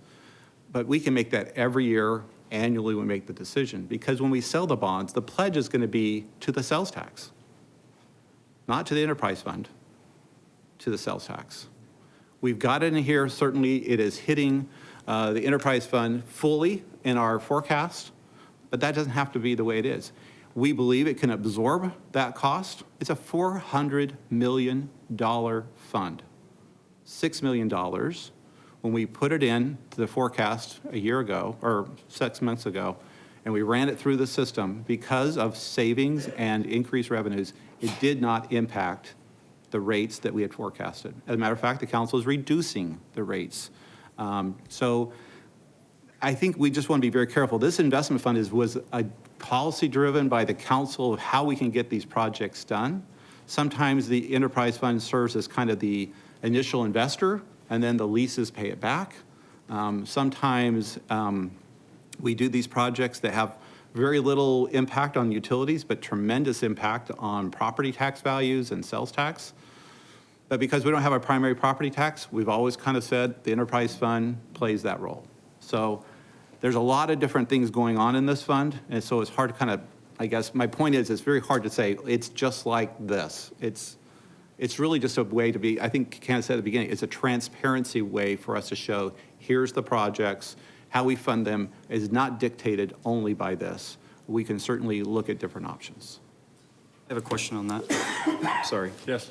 On the schedules that I'm looking at that were attached to the presentation to the Audit and Finance Committee, there shows a placeholder for the Downtown Economic Development Fund of $6 million a year, and it's offset directly by utility revenues in that line item breakdown that I received, the Excel document. Is that correct? I just said. I'm just trying to understand. Right, and I just said that the answer was when we looked at this fund, when we were asked to find the funding for ASU and the innovation studios and everything around it, we looked at the enterprise fund to determine, because the mayor said, I don't want any rate increases related to the increase. And so we looked at the capacity within the enterprise fund at that time to include the $6 million. And as we ran it through, recognizing we had just realized some savings on financing from debt, that we had some capacity there, as well as higher than anticipated growth in the fund, we recognized that we could put in a placeholder of $6 million in the fund without impacting the rates as they were known at that time. I'm just trying to understand the source of the fund. So the enterprise fund, the $6 million placeholder today, is offset by net sources from the utilities. Is that correct?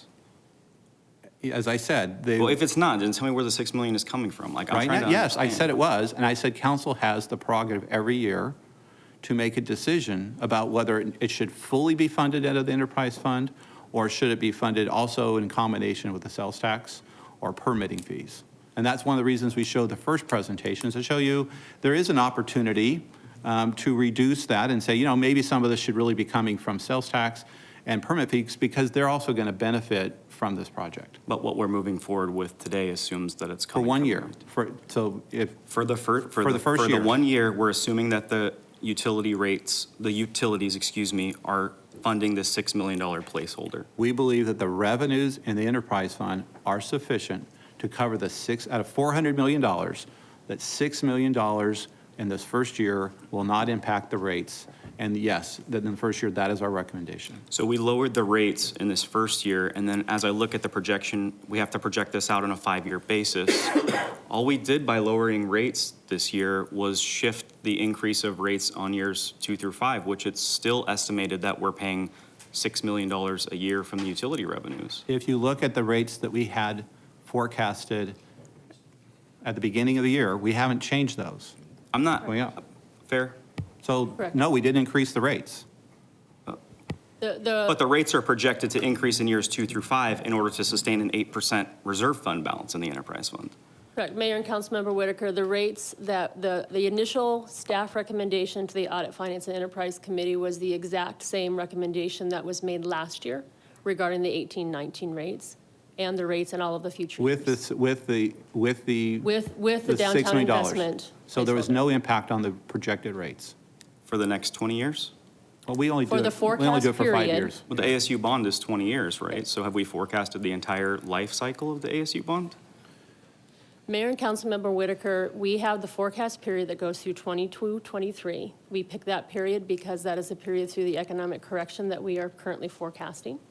We do our rates based on that forecast period. We make sure that we are above our reserve balances on financial policies, and also make sure we have sustainability at the final year.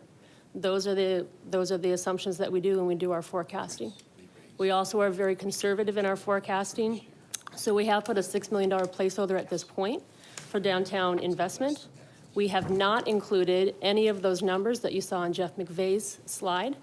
So if any of those numbers come in with additional utility revenues, those have not been included in that forecast period. So at this point right now, we are very conservative in the fact that we have included additional expenses in there, but we have not included any additional benefit of downtown investment. Yeah, I guess the part that I don't understand is that if you're going to pay with ASU using a 20-year bond, I don't understand how you can say that that isn't going to impact utility rates for the next 20 years. Because we This may is not like pay it taking all out- with utility. Again, I said, it's an excise tax bond, and the council can choose, even in the next year or in the next 5 years, matter of fact, this year, it could choose to not pay all of it with enterprise funds. It could choose to say, we want to put some of that with sales tax or permit fees. But the balance that I'm being presented with is showing that it's all being paid with offset from utilities in the scheduled forecast. That First year. Yeah.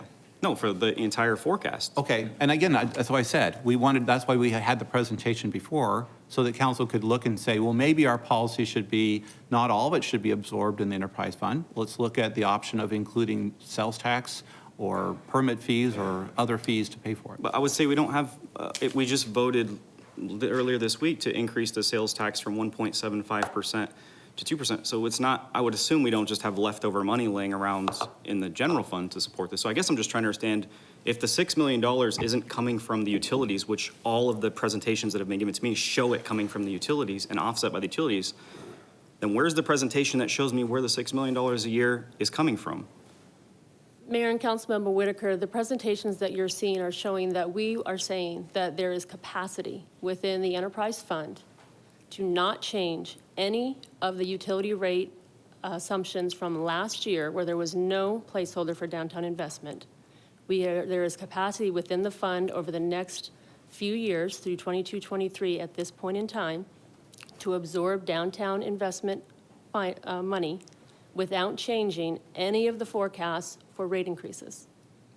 what the city manager is saying is that right now, that is our forecast, that we have the ability to do that. It is council prerogative in future years to give us direction on alternate funding for that. It is staff recommendation that we include it in the enterprise fund because there's capacity without increasing the previously forecasted rate adjustments. So the excess money that you have in the funds, you could actually lower the utility rates if you didn't add the expenditure of the anticipated $120 million cost of the ASU building. We could not lower the rates. We would we would have to be able to reduce the increases in the outer years, not for 18-19, because we've already received council direction to reduce it down to the 2%. And that is already below that would be below the staff recommendation if we were to do a smoothed forecast.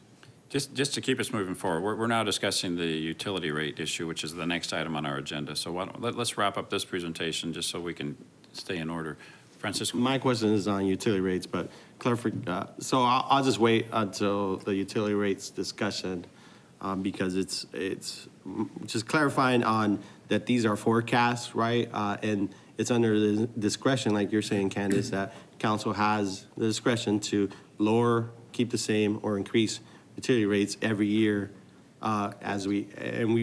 council prior to me getting here actually had an increase, what we're proposing this year of a 2% increase than what was voted on last year, right? So every year we're having the discussion in how we identify these percentages for utility rates increase. So, but I have more questions until we'll get to the utility rates. Thank you. I have a point to make on that too, but Mr. Thompson. Chris, when we look at our investment projects, just on the ones that are on the slide, on the previous slide, how many of those have we recovered our original investment on? For example, Able Engineering, have we recovered our original investment on them? Not yet. Okay. And what about like Mesa Center for Higher Ed and Benue? Not yet.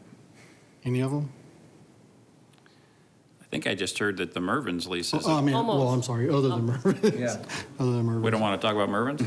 That was a pretty contentious study session. Exactly. I would actually love to hear about Mervyn's. Has the lease paid off the amount? The lease, what it is we had so as opportunities arise, so we'll not say that the Mervyn's building has paid off for itself.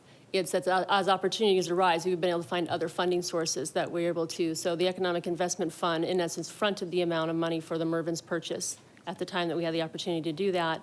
In the meantime, we have had the ZAO lease for some conduits, which again was more of an economic investment type of a tool as well. And so the money from the ZAO lease was then put into the Economic Investment Fund, helping us to then kind of offset that cost of what we had to front for the Mervyn's building. We are receiving leases on the Mervyn's building as well, as is being occupied right now as part of the Gilbert Light Rail extension.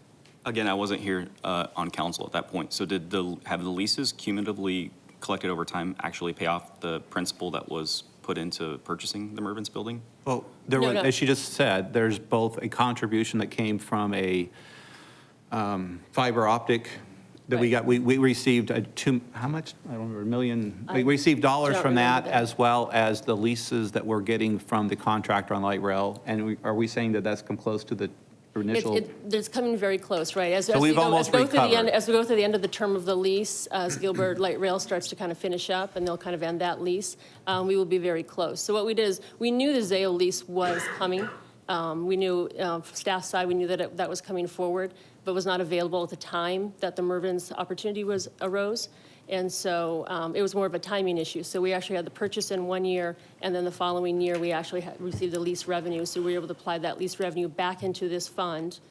So we have both the expenses and the revenues all coming into the same fund. So at this point, the fund acted as a timing issue of allowing us to take that opportunity for development and pay for it with a lease that we were already working on. Great. Okay, I'm going to suggest that you wrap this up, please, and let's move on to the I don't topic think we that- have. That was it. That's Okay, it. thank you very much. All right, the next item on our agenda is item 1D, hear a presentation and discuss an update on the lease negotiations, City Center Master Plan, and the programming for the Downtown Arizona State University project. Thank you very much. Good to have some folks from ASU with us as well. Jeff, take it away. Mayor, council, I found backup for this one. Today, we following council's decision to approve the IGA recently, we had to move very quickly in order to get some of our requirements done that were included in the IGA. Primarily negotiate the lease, complete the final master plan development, and then get the building programming in place so that we can develop the project budget, bring that back to council. Our goal is to be back to you at the end of this month with another update, and then back in the beginning of June with the actual lease and budget for you to take action on. So today, I'll give you a quick overview of where we are in the lease. Just like we had discussed with the IGA, the primary terms are what we are including in the lease. We are talking about a 99-year lease with $100,000 a year in rent. ASU's commitment to provide all the FF&E, which is right now at a minimum of $10 million, as well as to provide students, minimum of 750 students, 40 faculty and staff, and all O&M costs. So the O&M cost right now is estimated around $1.3 million, and staff salaries are estimated to be around $8 to $10 million per year for at least the first 3 years. There is also included in that lease how we are going to handle commercial subleases. We have about 1,500 square feet of commercial spaces included in the building itself. We have included the net revenues to the city as another offsetting revenue stream for the city. We will have the obligation to design and deliver the building for ASU. The lease has been drafted. It is in the hands of ASU. They've done some initial review. We are working to get that finalized and back to you on June 4th. The other part of that is the development of the master plan. We used our on-call list. Given the short timeline that we have, we couldn't go through a RFP or RFQ process to go out and find a design consultant to do the master planning and initial building programming and budgeting. We used our on-call list and selected Perlman Architects, and they partnered with Orcutt Winslow and Trueform Landscape Architects, and we've been working with them very closely. Actually, I think that Rick, Jake, and I have a meeting in about 15 minutes with our design team to continue that discussion, so maybe we'll make it. And our engineering department has taken the lead. Trevor Collin is our project manager. He's been doing a great job, and we've been working very closely. A very good partnership is already forming between the city and ASU in developing this master plan. I use this slide as kind of a placeholder to show this is the area. The area that is not shaded is the phase 1 area that we are working on.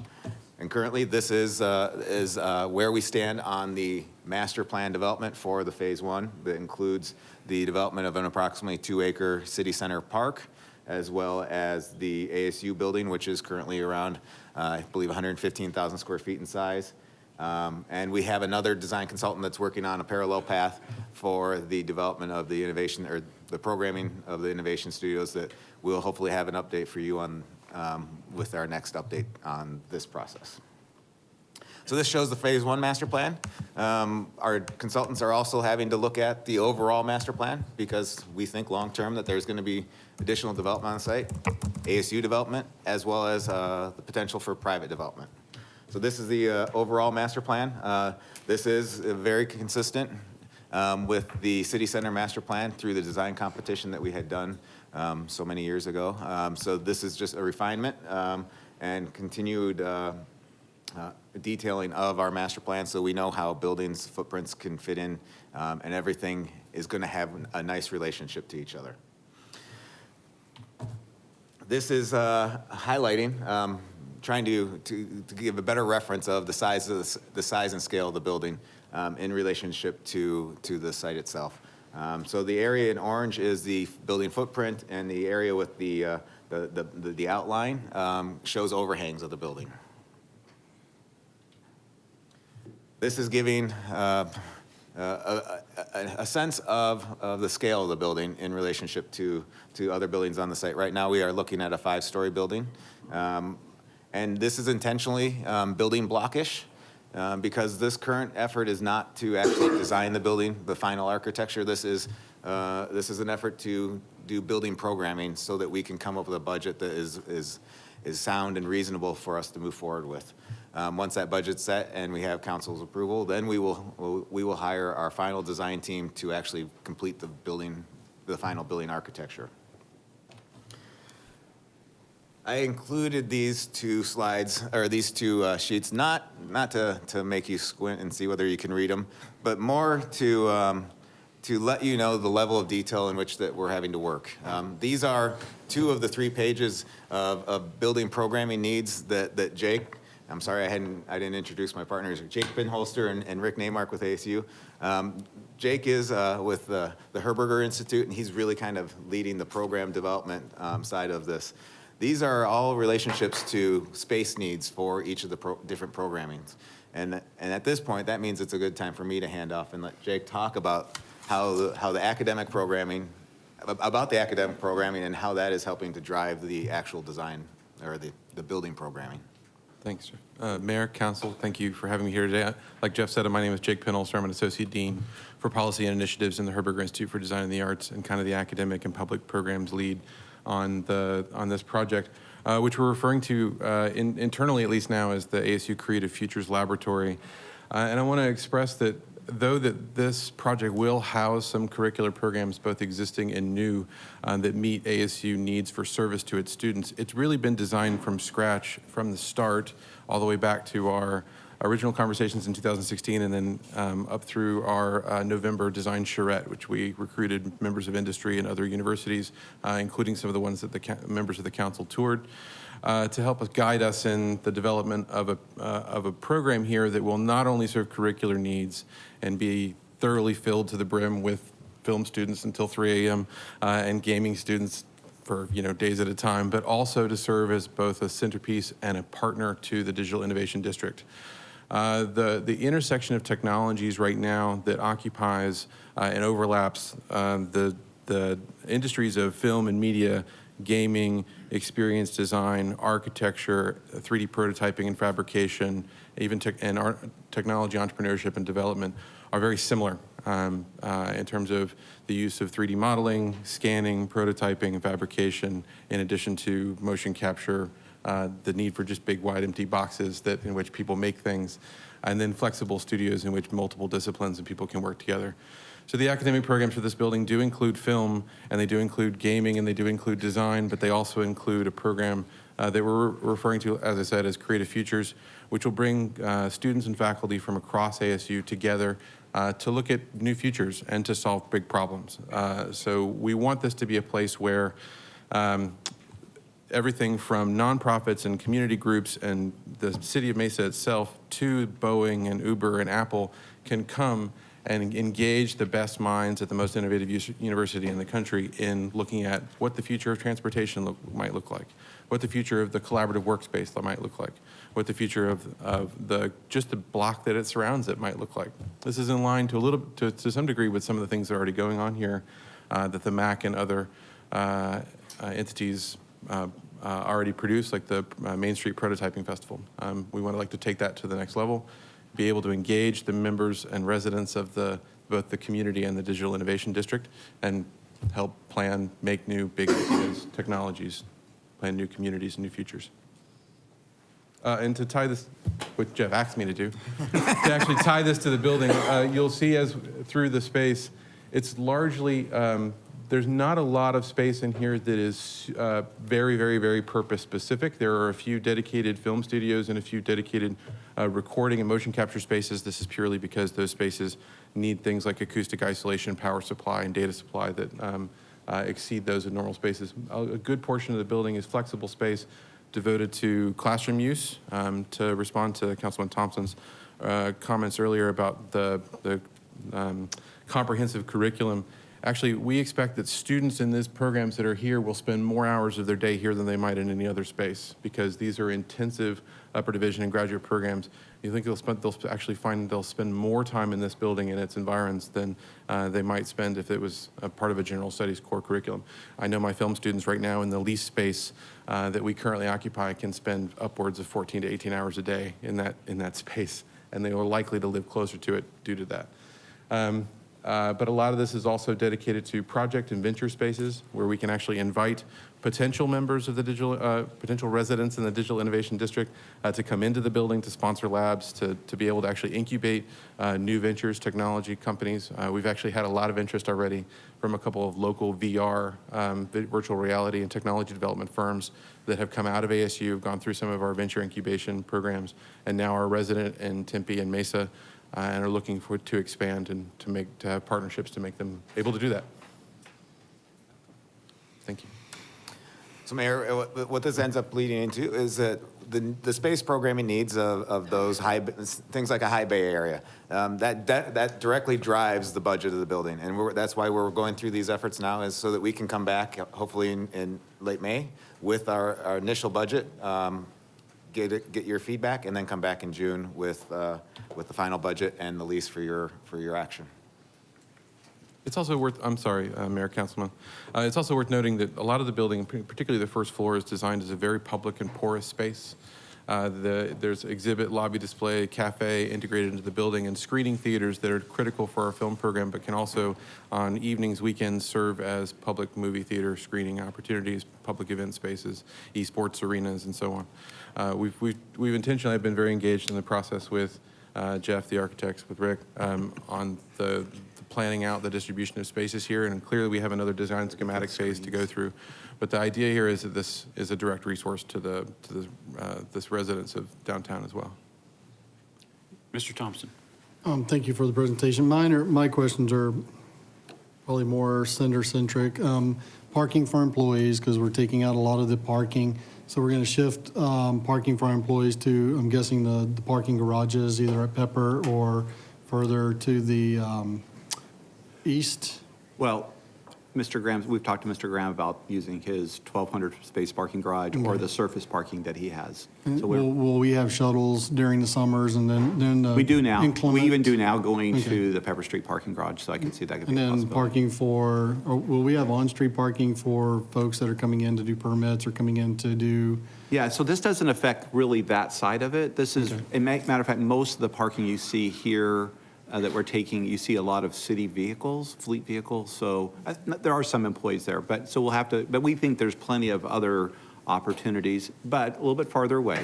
Okay. But we also have the parking garage behind the MAC as an opportunity also. And then, how many of these, with these college programs, how many of them will be offered like online versus in person? Is the 750 students that you're projecting, are all of those in person, or a portion of those online where they could, sit in Tempe and do an online education? None of the 750 we're using as part of those metrics are intended to be people who are present only in virtual space.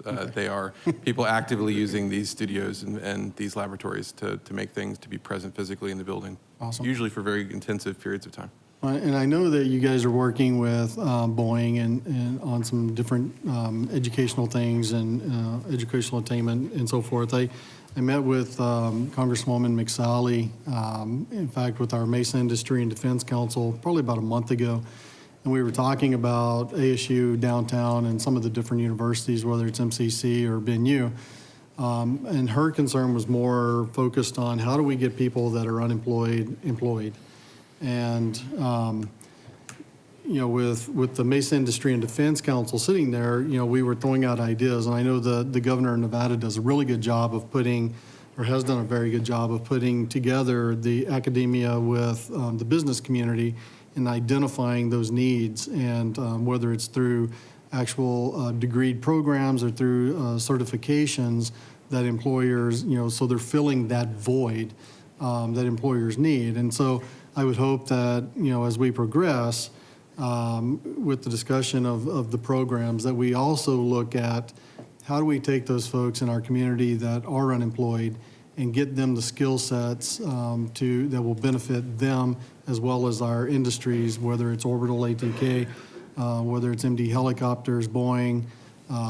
There's a vast amount of organizations and businesses throughout our community that could use specific, and maybe some of them are not so specific, type skill sets. And so I would encourage us as a council, if we're going to bring this to Mesa, that we don't look at it just as the programming of what ASU is bringing, but look at the programming of what our business community needs. Because at the end of the day, that's really who we serve, is the citizens of our community, and we want to make sure that they can afford to live and aren't just living to work.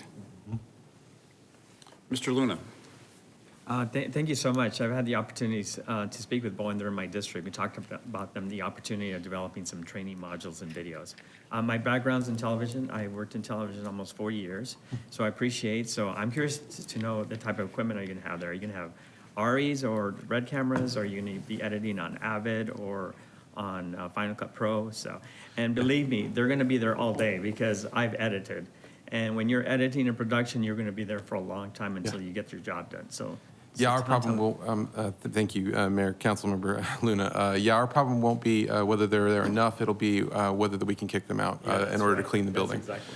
In response to the question about equipment, one thing I would caution is that we're talking about a project that's not going to open for 3 years, and the equipment landscape and that end of the technology can change significantly. But I will tell you right now, our film program is based on technologies like ARRI Alexa and the Avid Composer. We're an Avid certified trainer and so on. We hope that this facility will actually be able to recruit some of those companies that manufacture that equipment as one of the premier sites in the U.S. For this type of entertainment and immersive experience technology development, to actually be a site where we develop those technologies. We actually already have a couple of smaller companies that we're working with at the moment, mostly founded by alums. And then also potentially some, which are still restricted by NDAs, that have been spurred partially by this project, the possibility for partnerships with other entertainment technology companies that might be able to make this place a real research and development arm of that entire industry. Well, quick, so I just want to reiterate my colleagues' piece on how this brings additional partnerships and conversations, right? And I think when we're making these decisions, we look at it holistically and comprehensively, right? We can't look at it as a silo only building and what it costs or what where these revenues are coming from. It entails a whole list of other things that are both quantifiable and sometimes not quantifiable as far as when we look at making these decisions. So adding these types of opportunities also need to be in play as our discussions unfold, because these are big steps in making, as far as when I have conversations with the residents of District 3, and taking Mesa to the next level, right? This is only one piece in downtown of a comprehensive strategy that we have, and have conversations with residents and business owners and nonprofits and others on how do we take Mesa to the next level. So we can't look at this in isolated terms and how one thing is affected by making these types of decisions. Like my colleagues reiterated, this is opening up other opportunities that sometimes we can't quantify a direct ROI back to the city, but putting values in place. How do you value opportunities that Mesa residents have to go to an institution where they can learn about future technologies, current and future residents of this great city. So I just want to say that because that is apparent, at least for me, that this is just much more comprehensive than just trying to cherry pick revenues or ROIs or those kinds of things. It just encompasses a lot more to these types of decisions, and I'm sure we'll have many more of these types of decisions as we come, because we're a growing city. We're We're one of the fastest cities in the county, and a county that is the fastest growing in the country. We will have other opportunities to invest back in ourselves to ensure that we get return, yes, but also set a values-based opportunities for our Mesa residents moving forward. So that, I just want to add that comment. So, Thank you. I know you mentioned this a couple of times, so I don't need to beat a dead horse, but you mentioned that some of your recent alums in virtual reality, artificial intelligence, augmented reality, 3D animation, that they have started companies, that they are, that there's some business creation that is a result of this program. And I think this program doesn't quite exist yet, right? I mean, what's happened is really just kind of prologue to what you intend to happen. Correct. Can you talk for just a little bit about the potential for startups, the potential for businesses being attracted to downtown Mesa to be next to this building and your professors and your students? Sure.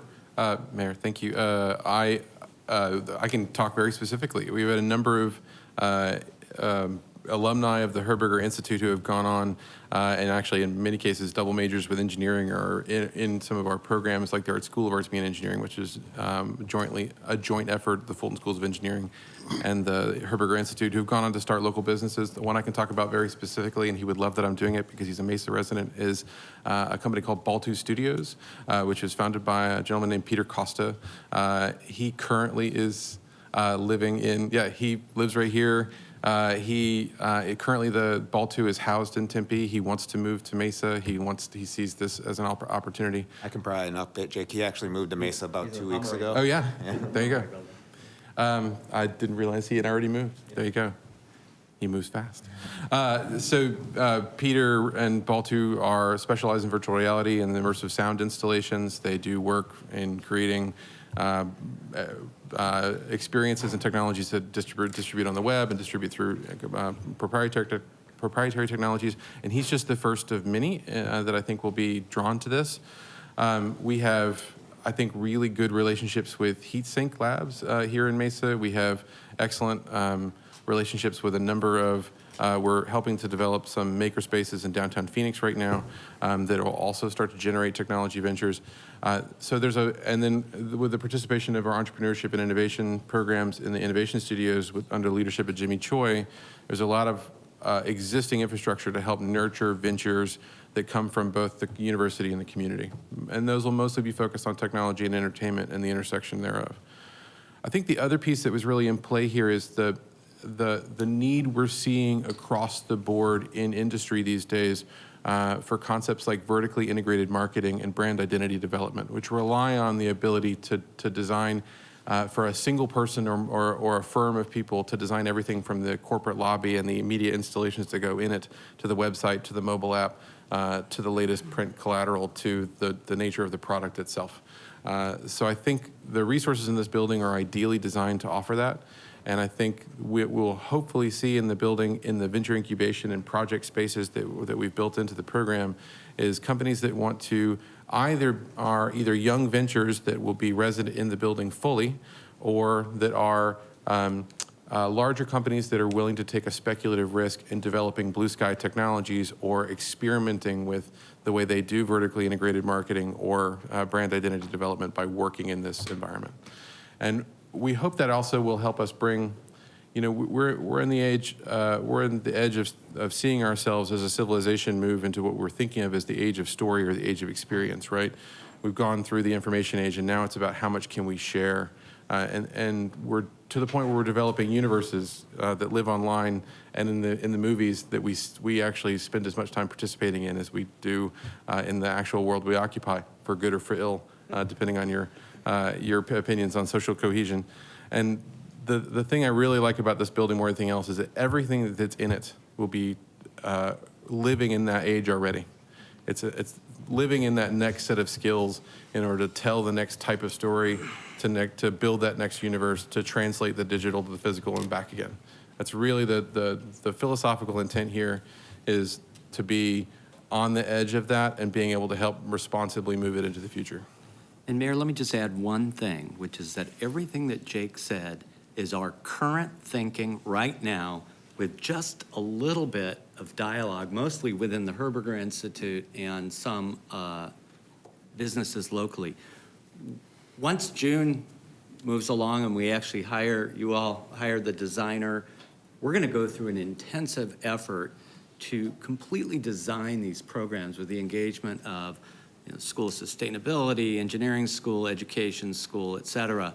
So this is going to continue to morph as we look at the building and fill it out. And I see this happening now because I'm working on several projects at ASU where the initial vision for the building only gets more interesting and more innovative as time goes on because people start to think about other ways they can use this space that are valuable. Sort of goes to what Councilman Thompson was talking about too, which is responding to the needs that are out there. But it's also sort of responding to the changes in the technology and the changes in what people are looking to learn and engage with and start businesses from. Thank you. I don't want to belabor this any longer, but I attended a U.S. Conference of Mayors event at South by Southwest about a month or so ago. Every seminar, every presentation there, I had to quickly Google VR, AI, AR, 3D. I mean, that's what everyone is talking about. That is what all of the new startups, that is what all of the buzz in the modern economy is about. And that's what this program is. How many universities have a program like this at this point? To the scale that we're talking about here, I don't know comprehensively, but I would say somewhere in the order of 3 to 4. We're looking at, I think some of the council members visited the Media Arts and Gaming Network at New York University, the Magnet. We know Carnegie Mellon has the Entertainment Technology Center. The MIT Media Lab deserves mention. And there's USC, if you count several different units together that to some degree work together and maybe not, but their school of film and media or cinema and media, and then their motion graphic arts. I can't remember the name of the actual school, but there's not very many, and the ones that are there are all world-leading institutions. And it's worth stressing that we toured USC as part of the planning for this facility, and I know that I didn't get to go, but the NYU tour has also informed it. This building will put those programs on par with any of those aspirational peer institutions for us. If this building is built anything like it's been preliminarily designed, they will put us right there at the top in terms of facilities and resources. And just 2 weeks ago, Mayor, there was an excellent 60 Minutes segment on the MIT program. If you can find that, you ought to take a look at it because it's really impressive in terms of the kinds of challenges they're rising to and the problems they're trying to solve in the world. Thank you. Again, I think we're running short on time, so I don't, Council, any additional questions? Or Jeff, any additional presentation? Mayor, I don't think I should try and follow that. No. Okay, did a wonderful job explaining that. All right. Thank you very much, gentlemen. We appreciate the update. Thank you. The next item on our agenda is item 1E. It's to hear a presentation and provide direction on the release of a request for proposal for the redevelopment of the Serine House for a farm-to-work restaurant and urban agricultural space, and requests for interest in operating a downtown farmers market. So, Mayor. Do you want to continue some of these items? Yeah.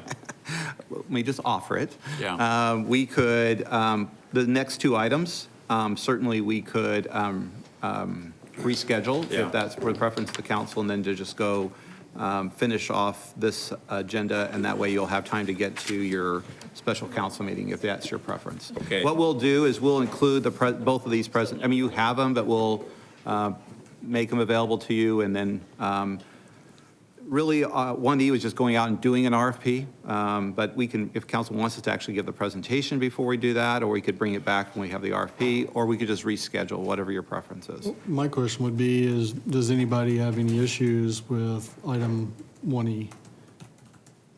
Do we need their presentation on it, or are we okay moving forward with staff's proposal? It's just an RFP. But we've got, this staff is, I mean, because quite honestly, I don't have any issues. I think it's a good reuse of the Serene House. we'll reschedule, we'll go ahead, if the council's okay, we'll go ahead and put out the RFP, but we'll come back and do a presentation if that's okay. Yeah, I think the answer is yes and yes. Okay. So we'll reschedule, and we'll reschedule 1F Also, Mayor? Yes. And then it looks like you need to do another, the minutes, and then we'll, Okay, right, so we're down, thank you very much. So we're going to continue items 1E and 1F, and we're going to now skip to item 2, which is to acknowledge receipt of board minutes. Is there a motion? Thank you, Mr. Luna and Mr. Freeman. I could talk farm to fork for the next 2 hours. let's get into your wheelhouse here. Okay, we're looking forward to coming back for that one. All right, we have a motion and a second to acknowledge receipt of minutes. All in favor, please say aye. Aye. Any opposed? Thank you. The next is to hear reports on meetings and conferences attended. Council, anything you'd like to share with us? Thank you, Mr. Brady. What's our next meeting? So we will have Next meeting. we have a study session for the 17th. It'll be brief because there are some of you that will not be here, but we'll just be reviewing the agenda for the coming Monday. So that's all limited just to the review of the agenda. And just real quickly, reminder that our visitors, our humanoid visitors that are downtown, that Sunday, May 13th is their last day. All right. Thank you. Anything else, council? If not, is there a motion to adjourn this meeting? Thank you. All in favor, please say aye. Aye. We are adjourned. Council, do you need a short break before we start our next meeting, or you're good to go? Okay, we'll take a 10-minute recess and be back here at 9:50 for the start of our special council meeting.